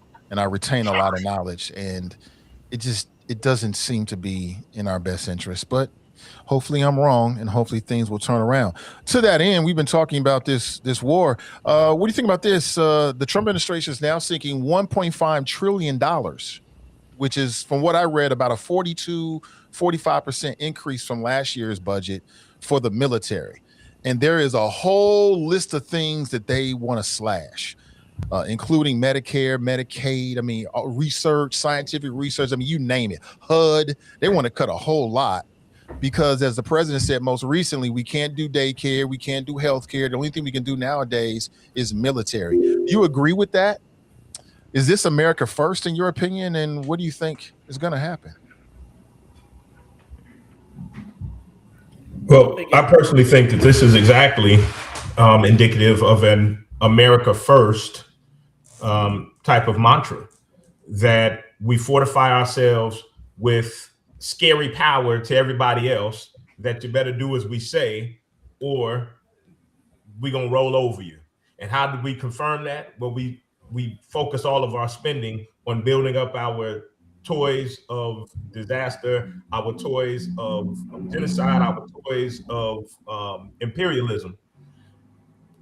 And then we go out and we make statements like, if you don't do what we want you to do, then we're going to bomb you back into the Stone Ages, or we're going to bomb all of your residential factories. And we got the money for it to build these weapons to do it. And so I think that this is exactly along the lines of an America first philosophy, by asking for all of this money. And let's be honest, we are a militaristic nation. The majority of the budget that our cities have go to police, public safety. The majority of our state budgets, well, I don't know about the majority of our state budgets, this goes more medical, but certainly our country's budget is indicative of what we have as an important issue that we put money towards. And so I don't think it's inconsistent. I think it's wholly consistent with what we've seen over the years. It's so funny. We'll spend trillions of dollars to kill people, but we want to cut millions of dollars to keep people healthy, to give people housing, to help people be self-sustainable. Just think about that. We will spend $1.5 trillion on death and then cut life-saving, life-preserving, life-extending measures, right? Like quality of life measures. There's something wrong with that mentality. There's something wrong with the mentality of a people who want to spend their money that way. Now I get, and there'll be some people, oh, well, we got to defend and we got to protect America. I get that. I get that. But the bottom line is this: if it really come down to it, the United States got more nuclear missiles probably than anywhere on the planet. And the bottom line is, you come at the United States, really all they got to do is press one button, and you could just basically end it for a lot of different places. Yeah, but that would be a pirate victory, though. We would destroy ourselves. But here's the thing, though. We already have the strongest, most powerful military on the planet, right? And a lot of this stuff is like overkill. And as we've said, a lot of the technology these days is making warfare, I don't want to say simpler, but it ain't like what it was. What is it? Obama said, we're not spending money on bayonets and muskets anymore, right? This is a different type of military environment. And Obama had the right philosophy about keeping the military strong, but not overdoing it. And Trump and the Republicans love to come in with this hawkish, spend more money than we need to spend on military and defense to get people all riled up about this national security. It's typical in their playbook. And the only people who make money in times like these is the military industrial complex. We talk about this all the time. They keep those dollars churning in the military industrial complex. And if you don't see a problem with spending $1.5 trillion on the military while cutting Medicare and Medicaid and some of these other things, if you don't see a problem with that, then maybe you need to go see somebody. So I think looking at the budget and just looking at this 1.5 trillion without looking at everything that he's done with the budget isn't a fair thing to do. I do think that we have to make sure that we're safe and sound. It's just like we pay for police and there's a cost. But when you look at the budget in total, I don't trust him with anything. I don't trust this administration to make any decisions about anything when you look at how they've done the budget and what they've taken from. So yes, we need to make sure our military is strong. We put more money into the military. We do it all the time. But when you look at how they've done everything, I don't trust nothing about them. So I can't say I support this either. Because they're thieves, first of all. They've taken so much of our money. I want to make a comparison back to 2020, or I'm sorry, 2002, maybe 2003, when Bush's had us in this conflict. Gas prices went up. Like we're living in the repeat, and we're rinse and repeat. Lockheed Martin and all these Halliburton, we're making all this money. And I think it's the same thing once we start digging into it and seeing. I also believe that Bibi Netanyahu's he wants to go in and take people's land, and he's using the United States muscle. And I don't know what he's got on Trump, man, but he's in his ear, and everything that him and Jared Kushner want to get done as far as like military goes, Trump goes with it. And as someone said about cognitive decline, I've noticed, like when Trump speeches in his first go round, even a couple years ago, he was spunky, he was ready. Now he looks disengaged. He doesn't look, and he looks like he's reading off a teleprompter. It's so monotone. It's like I can't stand to listen to it anymore. So I will agree with the cognitive decline. But the military thing that's going on, in my opinion, with the 1.5 trillion military budget is the same thing that was going on when George Bush went into Iraq in the beginning for the weapons of mass destruction. Gas prices went up, and then it kind of stable back out. So these people can make money. Yeah, but it's the Republican way, and aren't you a Republican? Because this is what Republicans do each and every time they're in office. And you're absolutely we lose money. Corporations gain money. Like it is the Republican way. And I can say in the same thing in the Democratic way is opening the borders and letting immigrants come over. Yeah, we're not talking about the opening the borders. We're talking about whatever. They actually had more people that they deported and sent back. It was just the right people to send back. It wasn't the way we act today. So I'm not like comparing that. The only thing I'm saying is what you're speaking about is what most Republicans do when they're in office, right? You're right. And okay, so it's not a surprise. It's not a surprise at all. Not a bit. And she told us, you know, it's funny. Last weekend, I went back and looked at that. They only did one debate because Trump didn't want to debate again. And if you go watch that debate, I dare you, because it's like she told us. She said it. She called over and over and over on almost every single point. And I'm like, I saw this the first time I watched it. I don't know what other people were watching. It was very apparent. So to see how things are playing out is I know one person on here who voted for that. Well, someone asked me a question. It was a great question. Someone asked me, like, knowing what you know now, like, would you change your vote? I believe I asked that question. I do not change, man. I wouldn't change my vote because immigration was that important to me. Immigration was that important. Immigration reform was that. What a selfish thing. That is so selfish. That is such a selfish. You say it's selfish. Hey, you guys are treating him. You guys are treating him. Hold on. I can defend myself, Phil. I can defend myself. Whenever they say selfish, but where does it start? It starts at my doorstep between my family. And in my family, I'm going to be selfish, and I'm going to say I was not in support of how the immigration, the flood walls, the immigration. Did not agree with it. That's why I voted for Donald Trump. Okay. It had nothing to do with it. And they weren't supporting you either, black man. Like, what are you talking about? Like, how can you say it starts at your doorstep and you forget that you're a black man first?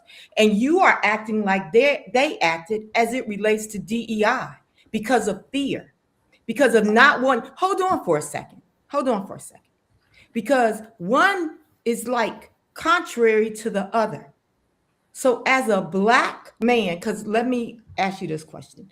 Do you actually consider yourself a black man? Because sometimes you light-skinned brothers fool me. What do you consider yourself? Because I might be pegging you wrong. I'm black. Okay.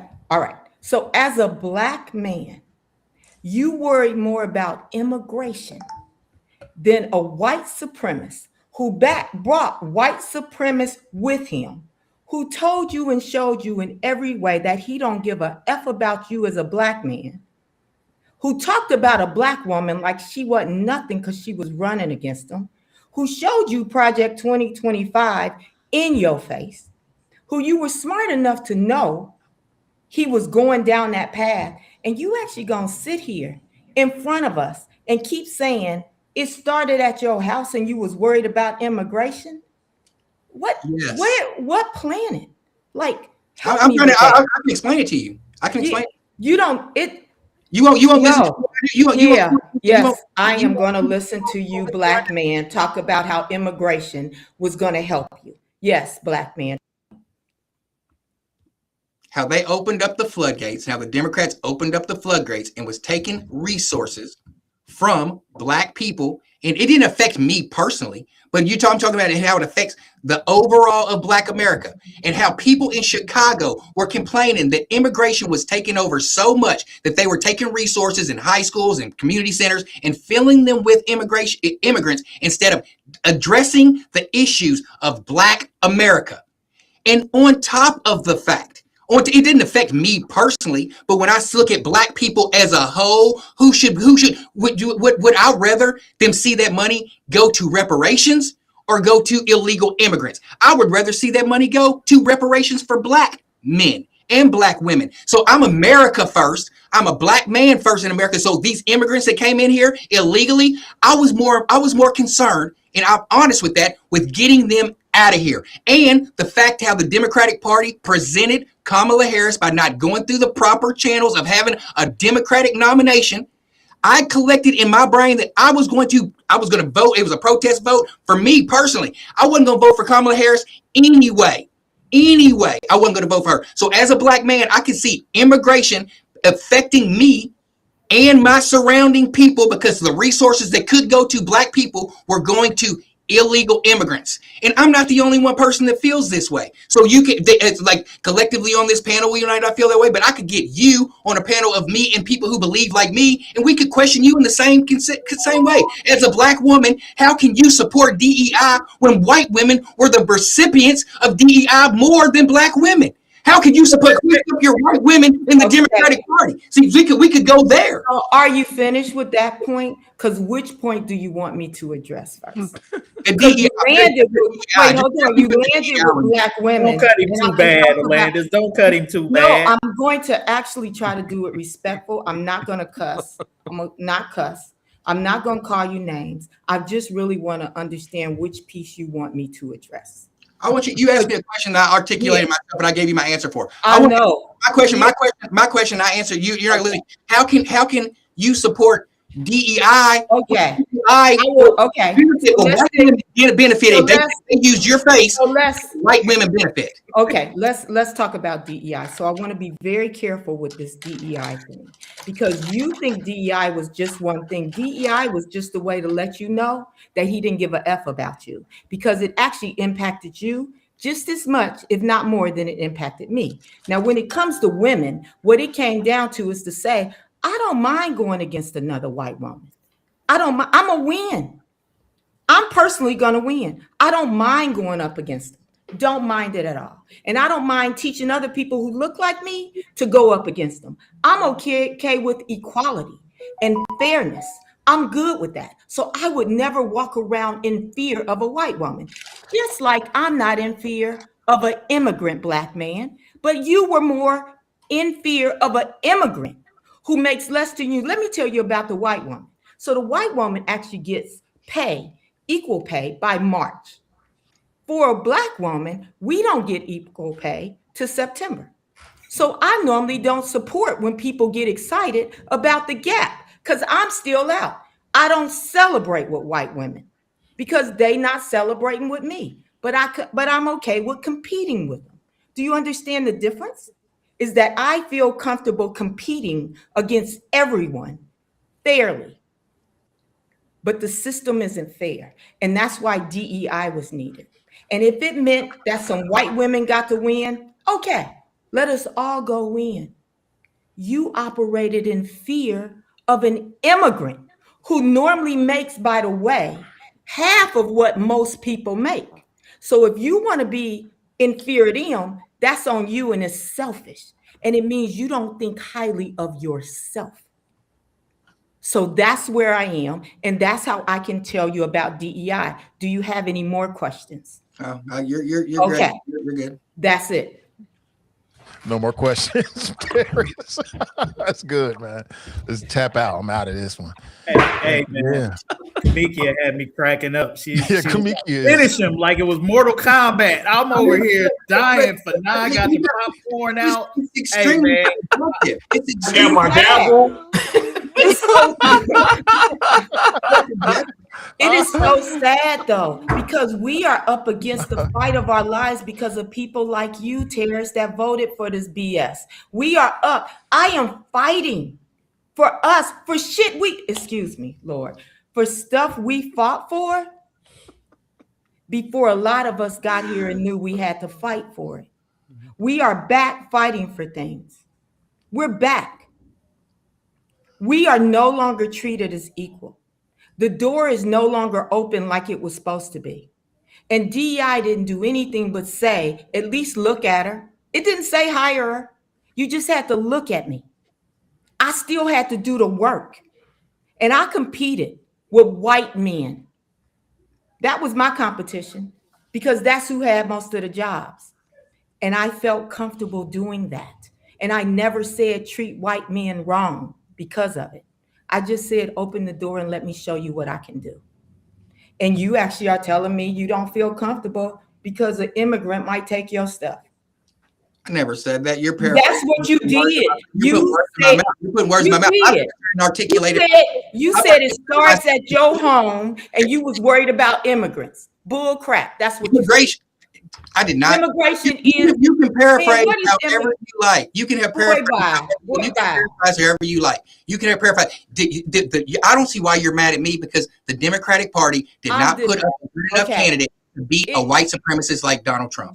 You know what? They didn't because of people like you. Not have good enough candidate. And if you guys continue to go down this route, you're not going to be able to put up another candidate to beat another Republican. If you guys keep this "we shall overcome" mentality instead of getting your hands dirty and start finding candidates that can beat these candidates, these white supremacists, y'all are going to still go for the fall thing. And you can say whatever you want about competing and stuff like that. Terrence, let me say this. Let me say this for you. That Kamala Harris was plenty of good enough candidate to win. So she was as good. She was at least. Wait a minute, Terrence. Let me say this, and I'm gonna use your own talking points against you, because what you're saying is you voted for an issue, not a candidate. That's basically what you're saying by saying how important immigration was. So you saw, and anybody with a pair of eyes saw how flawed Donald Trump was. There's nobody on this planet who's gonna tell me that they voted for Donald Trump because they thought he was a great candidate, because they thought he was a great person, right? All of these people talk about policies. They don't talk about the person. So whatever you want to say about Kamala Harris, you can't even compare the two of them as people, as individuals, as competency levels. So just go ahead and stick with what you said. I voted on this because of the immigration issue. But that's whack. Because first of all, the immigration issue, wait a minute, has nothing to do with benefiting Black people. Here's the thing I hate about all of these brothers like you who come out and talk about money that Black people wasn't getting because of immigrants. This is the same party that is trying to roll back every progress made through the civil rights that has benefited Black people. So what in the you-know-what would make you think that any money that would come back to the United States, they would use to give to Black people? What has Trump proposed? What has Republicans done that would make you think that any surplus that they would get from immigration would go to Black people? Please explain that to me. Don't tell me Tim Scott enterprise zones or whatever that's the one black thing that they can try to hang on to. Enterprise zones and from that Tim Scott introduced and HBCU money that Donald Trump gave. Okay, God bless him for that. Something real HBCU. quick, Kevin, to make your point. I don't mean to talk over you or under you, but just to interject something real quick. In that $1.5 trillion budget proposal, they want to cut all of that. But go right ahead. Yeah. So this notion that by dealing with immigration, somehow black folks were going to benefit, or the immigrants were taking black jobs, which what is a black job anyway? Well, ain't no black people out in no fields picking oranges and doing what these ain't no black people in hotels, hospitality, doing a lot of these jobs that immigrants are doing. Black people weren't doing them. White people weren't doing them. That's why they needed immigrants to come in and do the jobs, because Americans didn't want to do them. So all of this madness and stuff that y'all be talking about the great benefits that's going to come from immigration, you wasn't getting them. Your family wasn't getting them. That is where y'all and if I'm wrong, brother, please point to the program. I just like 30 seconds to rebuttal. When the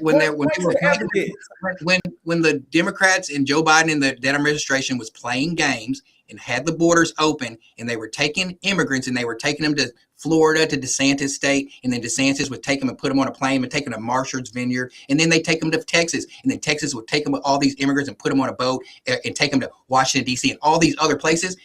They were playing with the lives of the Democrats and the Republicans above us, above our pay grade. Were playing with the lives of these immigrants, knowing they were going to use it as a tool for the political process. Not just me, but a lot of other people, whenever you talk about immigration as being, okay, I don't want to vote for, I know Trump's a crappy person, and I don't want to vote for Kamala because I don't like her stuff. And there's a lot of people who, libertarian-minded people who think in the middle, independent voters, I'm a registered Republican, so I can vote in the primaries. That's why. These people who are not democratically thinking people, when you talk about what is the most important thing that was on their mind when they went to the ballot box and voted, not just me. If you look at the polls, the highest thing on the poll registry would be immigration. So you three can get on here and you can bash me all you want. Answer my question. I'm not bashing you. I'm just asking you. Just because we don't think alike, just because we don't think alike, I can bring you on a program. What programs? And better yet, I wish more of you guys would have asked Donald Trump and these candidates this.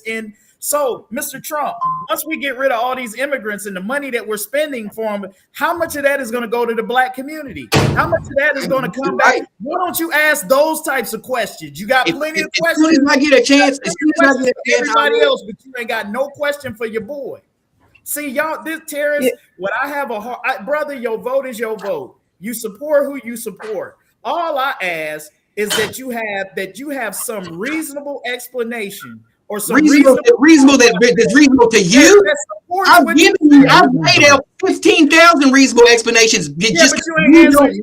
Because you don't resonate in your cognitive. But that doesn't make it not true. Just because you don't comprehend it the way that I'm articulating myself. If we're in a different room, people would be like, "Oh yeah, man, this dude, he knows what he's talking about. He's spitting fire. He's spitting fire." That's what. It's just a difference in how you look at things. I'm not saying that you're wrong or I'm wrong or anything. It's just a difference of how we look at things and the difference how we prioritize things. Kevin is 100% right, and so is Alandis. But you're right as well, Terrence. And I'm not coming to your defense, but I understand where you're coming from. Look, most Americans live in these media echo chambers, silos. They're not getting different media. And the Republican Party, along with some elements of the media, both mainstream and that leans to the right, were very successful. They were very successful in making people fearful about what was happening on the border. And the mainstream media was complicit with all these images and the caravans. They scared the bejesus out of people. They made people really afraid that some dark-skinned, brown-skinned person who don't speak English is going to sneak over the border because of Joe Biden and take something from you. And they were very successful in doing that. And to Terrence's point, it played a major part in some people's decision. Now, I don't think it was justified because I'm not caught up in those kind of echo chambers. But for those who are, I realize it's a real thing for you. You're not getting a lot of different information to challenge it. In some levels, you're not even getting the truth. And so a lot of elderly people to this day, they are scared to death that some non-speaking person who's not really an American citizen is going to come over here and take something from them, or take their child from them, or take a job from them, because the Republicans were very, very effective in making people feel that way. But there's but Terrence just pointed to it, but there's no, you got to live in the reality of what your lived existence is, what your life is. And the thing that I always used to say is, how are immigrants making your life most people don't even notice it. It's this manufactured stuff. Terrence even admitted it to him. He even admitted it himself. Yeah, it don't really impact my family. Yeah, it don't impact most Americans' families. And that's this fictional narrative that they created about what immigrants are taking away from you. When the fact of the matter is that you don't even notice it. You know, when I notice immigrants, a lot of times, and I shouldn't even say this. most of the time you notice it if there's a language barrier somewhere. Any other time you don't pay attention, right, to people in that regard, right? If most of the time that is the most an American is inconvenienced by a quote unquote immigrant is if there's some kind of language barrier. You go into your store, you on your phone call or something, and you can't quite make out what the individual is saying because maybe they don't speak as clear English. Like that's probably about the closest the average American comes to an immigrant impacting your life. And that is a minor annoyance, Nathan. I guess that's what I'm just trying to say is but somebody's fear is not rational, and the media is very powerful. Man, if you sit and watch Fox News, Newsmax, if you sit and watch some of these conservative leaning podcasters, and that's all you watch, and you end up liking them for whatever reason, you jive with them and you believe that, man, you got a whole different perspective. Right, and I think that's be informed by your lived experience. There are two Americas for real, and there are people out there who have a whole different perspective, and it is very real to them. We've had the same conversation about crime in Cincinnati. There are people, because of the way they see things in the media that they consume, they see Cincinnati in a way that's not consistent with the facts and or the way you and I and other people might see it. But it's very real to them. Can I say one thing, and I'm going to move on from this? I want to say this last thing. The reason why I put my opinion on immigration is because, like you're right, it didn't affect me. But I was watching my sisters and brothers in Chicago not be able to do programming for after school and post-education programming because of their facilities were being overused by the illegal immigrants that were in there, and as well as their resources were being taken. That's why they were in such a deficit, because they had to deal with all of the immigrants and making sure that they were housed and they were clothed and they were fed and all these things in the Chicago. And when I started watching those videos of the people in Chicago, that's whenever it hit into me, and I was like, oh, this is a black problem. Terrence, propaganda. So Terrence, I was gonna say, you all realize that was propaganda when I seen it with my own eyes. That's bullcrap. That's bullcrap that y'all can say it's something that I watch, something that I watch. That's like me watching you guys, and you guys in the rhetoric that you guys are pushing out here. It's to be true. It's not. My friend, have you been to Chicago to see these programs and these deficits? Yes, I have. I've been to Chicago. You saw it with your own eyes, because before you said it was on the TV. So which is it? You asked me if I've been to Chicago and seen some of these programs. Yes, I have. Okay, it was called. You all realize that what we're talking about is the history of demonization. It's what we did in Vietnam in order to convince the soldiers that it was okay to shoot and kill the Viet Cong. It's what we do as society all the time. We find somebody, some entity, some group to demonize, to offer to everybody else that they're less than, so that then they can be the target for a distraction away from somebody else. I mean, we do that We've done that historically. We've done that here. We've done that across the world. And I'm not saying we as an Americans. I'm saying we as people. Malcolm X said there will always be those who oppress and those who do their oppressing. We have to have the top in order for there to be a bottom. We have to have somebody who's poor in order for there to be rich. And either side has the ability to demonize the other side because it makes us elevated, and it makes our argument better to bring people on our side. It's what Hitler did. Let's be honest. It's what they're doing in Iran and Iraq. Let's be honest. I mean, that's just what we do.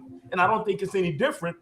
We happen to find that it was immigrants this time. But like before, it was the Chinese in the 1890s. It's been black folks a whole lot of times that have been demonized and actually portrayed as monkeys or little black folks with tails. I mean, it's literally what we do. It's something internal in us as humans. It's sick and disgusting, but it's what we do. And so many of us get caught up in the propaganda and accept it. And we argue on behalf of what we didn't believe before because we accept those irrational comments. You're right, bro. I think you're right on it. It's that vilification. That's why I don't really get caught up with this whole anti-immigrant thing. I'm like, I thought we were a nation of immigrants, and that's what made us better. You know, that's what made us stronger. So that's now our strength why would Latin people vote for Donald Trump the same even more if we're talking about immigration and take it out of the black hands, take it out of the black vote?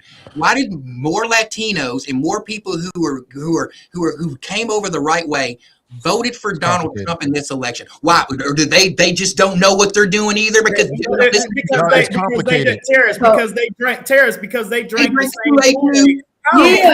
How many of those videos of those Latinos that you saw dancing on the campaign trail?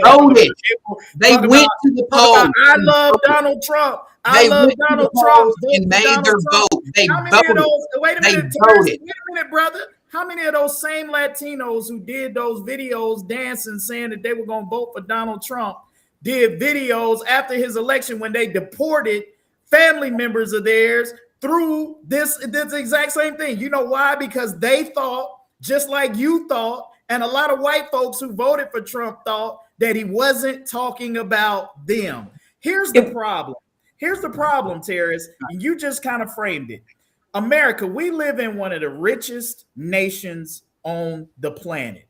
Yet the government and the millionaires and the billionaires of this country always sell the American people on there's just not enough. There's just not enough money. They create this fear of lack among American people that have us fighting over crumbs while they take the large portion of the cake. And they want to convince you that there's not enough money. There's plenty of money to go around. They just ain't gonna let you have it. So and that's what I'm telling you, Terrence. You're talking about I'm getting ready to answer your question. Let me ask you this, and go ask your brothers and sisters in Chicago how much they were struggling for funding even before the immigrants showed up. Ask them how many times the government cut their funding when the immigrants didn't have anything to do with it. It's because the immigrants become a convenient excuse for them to do what they want to do to you anyway. They give you somebody to blame. The little crumbs they already given black programs, which they don't want to give. They give reluctantly anyway because they tired of hearing you crying. They give you anyway. And they're always looking for a reason to take that away. Get the black people on our side telling them the immigrants is the reason why we got to cut your funding when they was going to cut your damn funding anyway. And you fall for it. Yikes. Go right ahead, Alandis. Okay. So I'm Terrace, you are comparing yourselves to another group of people who have actually voted against themselves, and they've come out to say it now. So when a lot of people had one reason for voting for Trump. Some people looked at it from actually, what was it? Pro-choice or pro-life. There was people who voted for just that one piece. And what they didn't understand when they did that is that at the end of the day, if you're going to compare that to what God said, you would actually be managing where people put their peckers and not what happens after they put them there, if that's making sense. Like they had to go back to the actual sin to actually manage that. If that makes sense, they were just managing it at one level, the woman's level, and not at the man's level. So it's still going on. So people had that issue. I thought they were idiots, personally, because they had one piece. And most of them hadn't been impacted by it. So I call some of that selfish voting. So what you're talking about as it relates to immigrants, you were more worried about that than the fact that they were going to go against Black men and women in a hard way. So you chose one that really didn't do anything for you versus another that was going to impact you and people who look like you. I call that selfish. So everything you said as you compare other people that actually did the same thing is not helping at all, because you're just actually talking about one issue. So I did not vote for Trump because of one issue. I didn't vote for Trump because he's a criminal, because he didn't value women, because his policies were going to go against me, because he actually caused an insurrection, not a riot, at our White House. The fact that he's been a thief most of his life, all of those played a role. And what you come on and keep saying is immigrants. It doesn't stand the test of time. And just because you find 4 people on another podcast who agree with you doesn't make it right. And I can say the same thing. I completely understand you, but I want you to understand is that it was still selfish because this land was stolen. Hold on. No, hold on. Stolen This land was stolen from a group of people, and they used violence to steal it, and it's not even ours. And then when they wanted it built up, they went and stole people who look like you to make it worth something. And then they oppress you and they held you down, and they kept holding you down. Then we fought for rights so we could feel comfortable in the place we built. And you voted against that. So every Black man and woman who voted against that did it in a selfish thinking, because even when you get close to them, somebody might say it was because I was self-employed. And you might think, as a self-employed person, I should have voted for Trump. Which when everything comes down the pipe, you shouldn't have. But that might have been your reason. It still was selfish voting.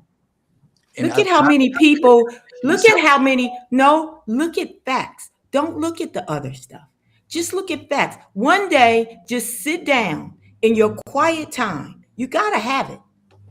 In your quiet time and look at what happened. And then ask yourself, why? Because it wasn't just about Trump. It's the Republican way. And it's never been a value for us. It just hasn't been. I'm not saying the Democrats are perfect, but the two, when you put them together, which one is better for you, for your kids, for your grandkids? We are not leaving this place better than we found it. And your vote helped cause that. Period. There's no other discussion. I think the call is over. I can't even stand any more of what you might say. You're asking me a question, and I can't take any. I wasn't asking you a question. I was making a statement. I have no question from you, Terrace. There is nothing you can say that makes me a better person. And I listen to you because I think people make each other better. I think conflict brings us to a better place. It's nothing you said that's going to make me a better woman, a better mother, a better advocate. I am Black. I am raising Black kids. I love being Black. It's the thing I like the best. And I don't deal with people who go against who we are. I kick people out my house who think like you. And my husband has gotten mad. I kick you out my house. I don't do you cannot have my food. You've told me that too. You said I don't do anything for our community. You can't have my food. Do anything for me except motivating me to do more. Like I said, like I've done in the past, and like I said, go think. Use your brain. Use your brain. You're a smart guy, and I don't know if it was the very. It is Very smart guy, and you're underestimating logical thought. No, there is nothing you I'm sorry said. that you feel that way, because I ain't never met a person in my life that I couldn't learn from. And you tell me that you can't learn from me, I that just haven't shows me yet. a whole lot. It shows me a whole lot. I can learn from you, Terrence. Terrence, don't get mad at me because I'm I'm not mad at you. I'm not mad at you. I'm not mad at you. You say I have to deal with. As a black man in this country, I have to deal with just as much or more than you. And you say that you're raising. I've raised successfully 5 black sons that didn't get caught in the system. So and I'm not even going to go into all that. So you're paraphrasing and you being on this podcast and this call, and then you classify me as in a certain type of way, that shows me that you're not. That just because I articulate myself a certain way, you're saying that you can't learn something from me. So that shows me everything that I need to know about you. I have not listened on this call. I don't know you outside of this call, correct? So I am talking about all the information that you have shared during this call that I've been on 2 hours time, probably 7 times. You have not told me anything that made me even think that I could have thought like you. You haven't. And anytime I ask you why you vote, you do the same thing. You're consistent on immigration. I know. And I'm telling you honestly. Honestly. You can't handle my honest answer. You can't handle my honest answer. You can't handle my honest answer. I can handle it. Like, oh yeah, Landis, you're right. I was wrong. I've given you an honest answer about my research has come to make me to conclude something. And if you can't handle that, and you try to diminish me, and you minimize me as a man, and you minimize my accomplishments that I've made in the community, then that's on you. Okay, you're right. Thank you for that. I can learn from you, Terrence. I can learn too when you give me something to learn, but so far you haven't. And I am okay with it. Not mess with I am okay. I just haven't been on here when you said the good stuff. Maybe that's it. I am just telling you. I think that's what's called a backhand. Okay, hold on. Based on what you, because I want to be fair with you. Let me be fair. I want to give you an opportunity. Let me be fair. Let me be fair with you. I believe that you listen to people to seek to agree. So as you're talking, I try to agree with you first. Actually, it makes my argument better. So if there was something I could have agreed with, I would be like, I agree with that point. You have the name of my father and my father's father and his father's father. Their name was Troy. So don't you think I want to agree with you, Troy? I really do. And you're a black man. And I love and support and uplift black men. Don't seem like but you took your foot and put it on our neck when you voted. Don't seem like it. Listen, Troy. Listen, so you can hear me. Because what you did is the same brothers that I love and respect and I fight for. If anybody on here will tell you, if they know me, they know I fight for people who look like you. You took your shoe. What size you wear? 14. You took your 14 size shoe and you put it on the necks of the people I love with your vote. With your vote. You took your size 14 and you put it on the neck of the people I love with your foot and your vote. And for that, I just listened to why. And you didn't come up with a good reason. And so, yes, can I give you don't have to. No, you didn't. You know, I gotta go. 50 seconds. I really do have to go. May the 5th, there's a primary in Kentucky. May the 5th, there's a primary in Kentucky. And there's a man running named Thomas Massey. And Thomas Massey is an anti-MAGA Republican. And the reason that I get to go and cast my vote for him to go against Donald Trump and the future of what he has in store for MAGA. So yeah, I voted for him in the past. What am I going to do in the future? I am going to stand up against MAGA and I'm going to fight MAGA within my party. Within my party, that is way more than what any Democrat can do on the outside looking in. So within my party, I can vote in less than 30 days against the MAGA machine, against white supremacy, and put somebody back in office that's going to fight against them. I can say that. What will you guys do in May when it comes to Greg Landsman? Are you guys going to put somebody who agrees with AIPAC and who supported this war fund money? I know what I'm going to do in 30 days. What are you guys going to do? What is the Democratic Party going to do in the next 30 days? While y'all sitting here talking about me as a black man and other, I get to put my vote against Donald Trump. Do you? You get, hey, listen, real quick, a couple points for Terrence with that deflection. I like that. Good deflection. Is there any way we could turn this energy on Phil? Because Phil is too happy right now. I don't like it. Listen, I really do have to go. By the way, I want to answer Fanon's question. No, it's coffee. It's not tea. But thank you for. And by the way, if you're going to eat popcorn during the show, you ought to share it. Okay. Oh, so look, I know it's have like to watching go. a movie, but you still ought to pass it around. Nate, I really do have to go. Terrence, I hope someday you say something that I can agree with, because it's not like I really don't care if I do or if I don't. I said I hope. So that was me being nice. Don't let me not be. So I really want to say, I really want to say, told me the real. I got 3 sisters and a black mother that told me the real, and I grew up around all, so I expect, and I expect someone to talk to me the way that you're talking to me if you were trying to chasten me. But in order to be chastened, I have to accept it. Just like in order for me to say something to you that you can accept, you have to hear to open to hear it. You don't have that for me, and I don't have it for you. And that's where we're at. Okay, whatever you say. Alandis, you still remind me to never disagree with you on this show, please. No. Size 14, all right. Hold on. Kevin, Fanon, am I not a nice person? I think you're a beautiful person. Alandis, I think you're a beautiful person.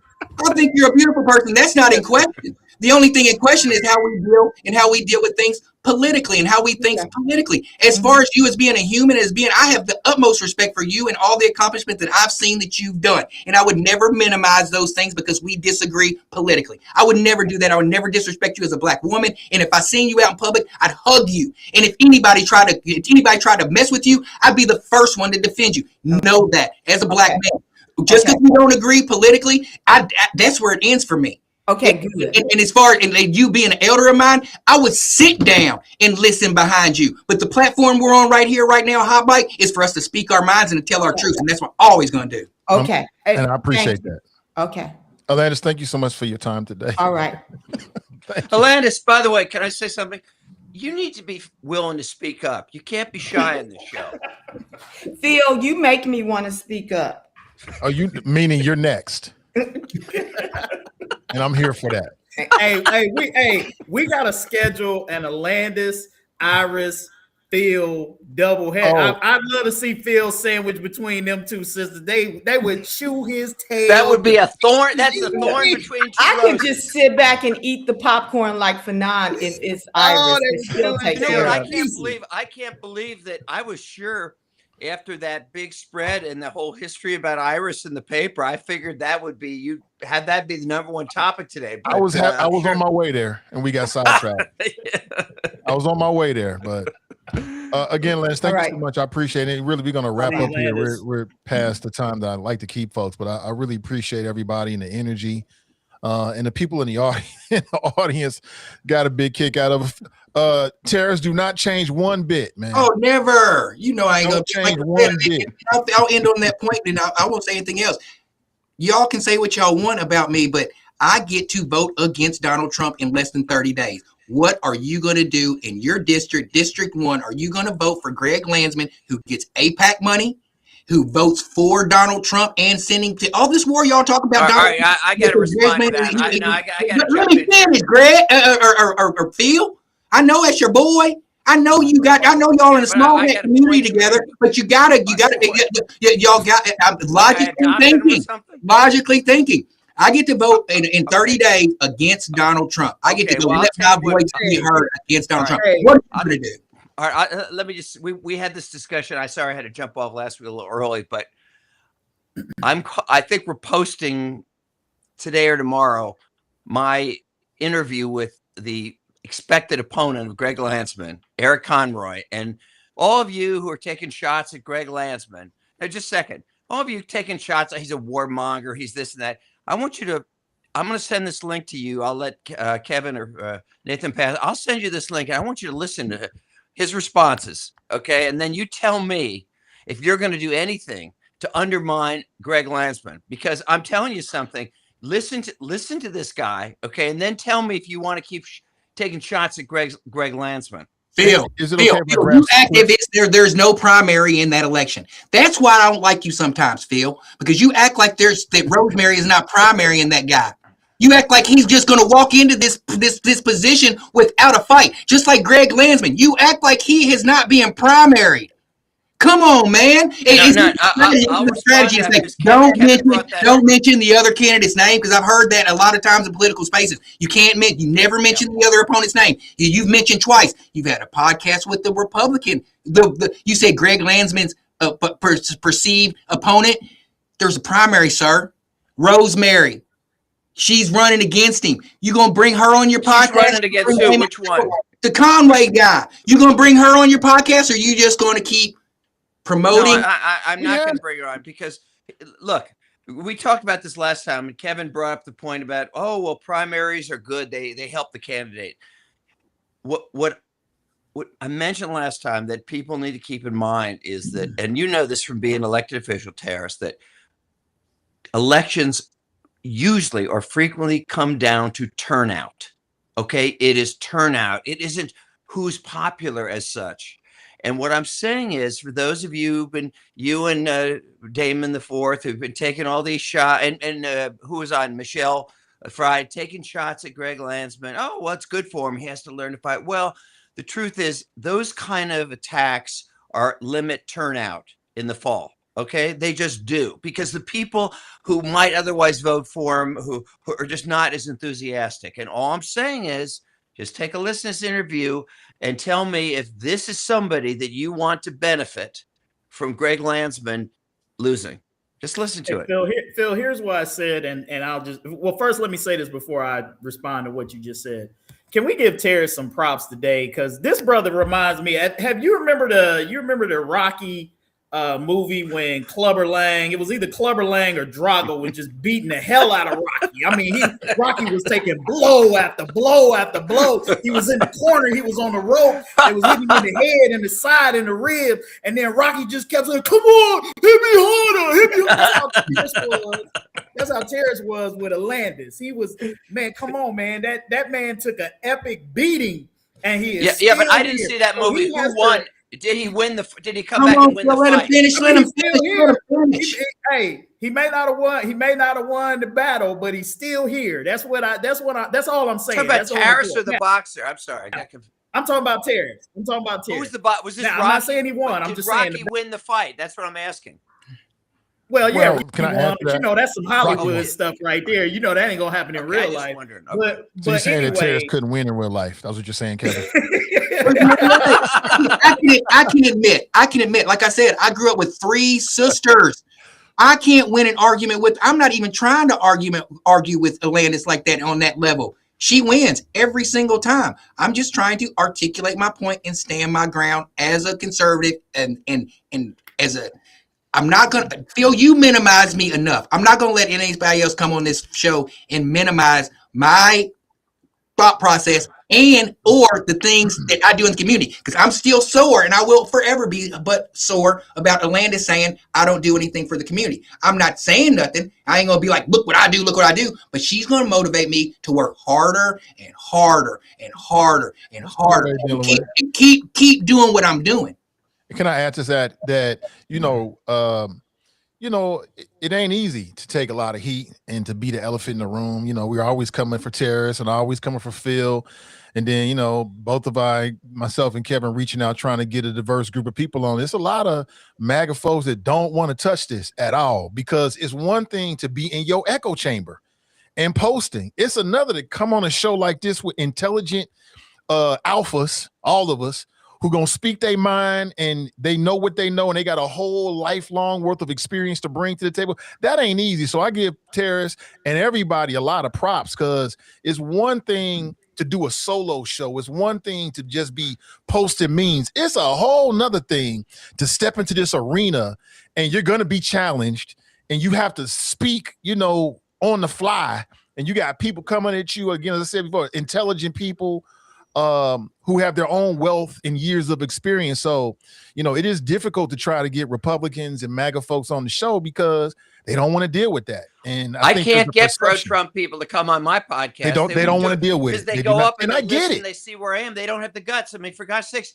we should want, as he said, Nathan said, we should want to be challenged. That's what that's what a democracy is. Instead, just like he said, we all retreat to our own little silos. We don't want to jump to a radio show or podcast where it's a different point of view, where we have to defend our views. I agree. Yeah. So I give Terrace, I give Phil, I give everybody a lot of props because this ain't easy. I did it for years. It's nothing for me, but it took years to get to that point. It ain't easy for somebody who's just like in their own little thing to step in here. And now you got you got endless rebuttals, endless. You got endless, fact check. You got smart, intelligent people that are in the news who have judges. You got people, in journalists, former elected. That's not an easy thing to do. So I give Terrace and everybody a lot of props. Then I can be something as well, always stirring the pot and all that kind of stuff coming at you just to keep the conversation going. So it ain't easy. It's difficult to find, Republicans especially. There's just some folks out there to come on and share their viewpoint and then come back on. That's not an easy thing. So I appreciate Terrace coming on, and don't change one bit. And it's important, but it's important though, even as much as you might disagree with somebody like whether it's Phil or Terrace or a MAGA, Kevin Gordon, when they come on here. And this is the argument that I make. And sometimes when I fill in for Lincoln, people get mad because I let White Lion and other people whose views typically run counter to that audience speak. And it's because I'm of the framework that you got to hear how other people think. You got to hear how other people reason. You got to hear different perspectives, even if you disagree with them, because it sharpens you. If nothing else, it keeps your argument tight. It keeps your belief strong. So even that, so I believe strongly in the dialogue back and forth and not muting people. We need more people who think like Terrace to speak up, so that we can try to figure out, like, how do we communicate? Because that's the other piece of this. I think that we can't lose sight of with the goal of the show. It's not just merely to debate, but it's also like we got to learn how to try to bridge these gulfs that exist between us to try to find some area of where we say we're never going to agree on the extremes. Just give that up. But I believe that there's probably a lot of fertile ground in the middle. And what we have sort of lost in this country is this idea that, that perfect is the enemy of progress, right? That if it's not perfect, that if I don't get everything I want out of the deal, I'm not going to compromise or capitulate. And I just think that's insanity, because that's not the way anything works. Nobody goes into any kind of negotiation or dealing with somebody with a divergent point of view and get everything they want unless you have some type of tremendous leverage. Usually it's like, okay, I'm going to give a little bit here to get a little bit there. If you ever been married in a marriage, there's nobody who's getting their way all the time in that situation unless you just got somebody that you can run over. And that's called, generally that's called abuse. So I'm just saying, the art of compromise, we got to figure out a way to get back to that. And a big part of that is being able to hear stuff that is going to ruffle your feather sometimes. With that, folks, I forgot my point. What I was going to say. No, that's okay, Kevin. You don't. I can't let this Greg Landsman thing go, because I can't let this Greg Landsman thing go. The one fallacy with your argument about low turnout is if you believe that the midterm elections is going to be, and this was the point that I tried to make, you're arguing that lack of enthusiasm is going to get people to stay at home, as if Greg Landsman is the only thing on the ballot, in the midterm elections.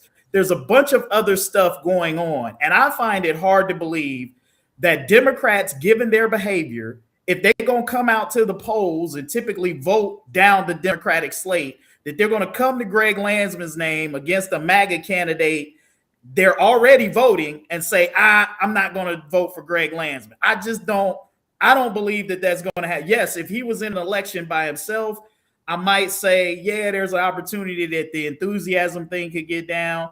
But if enthusiasm is down for Greg Landsman, then it's going to be a bad midterm for Democrats in general. And that's what if enthusiasm is down, and I don't believe that it's going to be. I think there are going to be a lot of Democrats, independents, people who are going to come out and vote in the midterms. And I think whichever Democrat emerges is going to ride that wave. Well, let's put it this way. There's another, it is turnout, but it's also, and I won't drag this out, but I mean, obviously a lot of the attacks on Greg have come because of his kind of pro-Israel stance and so forth and so on. I mean, I would say there are probably a fair number of people, particularly independent and lean Democrat, who that is going to be a big deal to, that they may very well vote for this Republican guy because they are not pro-Israel, okay, and they're angry that, you know, he has been very pro-Israel. So wait a minute. I'm just saying that. So Conroy's not pro-Israel. So Conroy is not pro-Israel. Well, he's a Republican. That don't mean nothing, Thomas. That's what I'm saying. That's where your argument kind of falls apart, Phil. It's like they're not going to vote for Conroy if they're Democrat or independent and they don't want to support Republicans. They're not going to vote for Conroy because he would have done the same thing. If you asked him, would he have voted with Trump the same way that Greg Landsman did? He would absolutely say yes. That's not a strong arguing point for Conroy because he's no better than Greg Landsman. That's what I'm saying. That's where I think your argument has a little bit. Overall, I'm just saying as an overall principle, and we beat this into the ground. I just think, as Michelle was here last time, I think taking shots at him for whatever reason, I just think is certainly not something that's going to help him in the fall. But we can disagree. I think there's some logic to what Phil is saying because we see the same thing right now down in Texas with their senator's race, right? You got these two candidates, and Republicans inside are trying to get one of them to jump off. They want Cornyn to stay in the race because they think that he has a better chance against Tallarico. The other guy, who is super MAGA, is really one of Trump's buddies. And super Trump corrupt. Doesn't really like Cornyn, but they're looking at the politics of it. And inside, from what I'm reading, the Beltway Republicans are like, look, we need Cornyn and not Paxton because they don't think Paxton can beat Tallarico. So it's just politics. It works that way sometimes. Before we go, I'd like to I have a Project 1099 mentorship program that I'm looking for board of directors for. It's every year I do a Project 1099 where I take 10 kids and I teach them. It's like a 10-week program. I teach them how to tie a tie, shake a hand, make a meal, balance a checkbook. We set up a lemonade stand. We do a lot of things. Last year we went to a Jeff Ruby's to do a field trip, and we got to go into the chef's station and all that kind of stuff. This year, we're going to do something a little bit different. And I'm looking for, every year I do a yearly board of directors. So I'm looking for 6 people. Some of my board of directors might come back and they might not. But if anyone's interested in volunteering or becoming on the board of directors, the time for the board of directors is very minimal. We just shoot emails back and forth. If you want to get involved, you can, you can't. But if there's anybody out there listening to this program that would like to get involved with shaping boys from 5th to 7th grades lives, we'll get 10 of them. We'll teach them some good things throughout and at the end of the program, they get a financial reward at the end. So if anybody wants to be a part of that, it's called Project 1099, and you can contact me or go to Project 1099 Facebook page and get more information. But I'm an open book about that, and I'd love to get some volunteers to help me with that. Anybody else got anything going on you want to put out there before we wrap it up? Only thing I'll mention, somebody was asking about the King season in the pre-show. I wasn't on. So I can't get into all of the details, but we got some big things coming up, announcements with the Kings. A lot of big changes coming up for next season. And we'll probably be ready to announce that maybe in about a month. So just kind of hang on, and there'll be a lot of big things to talk about in about a month. Okay. All right. Big things popping. Fanon, anything going on, bro? It's always stuff going on, about to file some big lawsuits. But in a month from today, I believe, I will be giving the commencement address at Big Red at Hughes. So I'll be been working on the message and just looking for some good stuff to give to one of our local graduates. All right. With that, we're going to go ahead and end it. Thank you so much to the audience. We're planning to be back on Friday at 1:15 p.m. We've got 3 episodes left in season 2. Then we'll be taking a hiatus until May. So tap in with us while we're still live, and love to have you, and have a great rest of your Tuesday, and we'll talk with you soon. See you Take guys. it easy.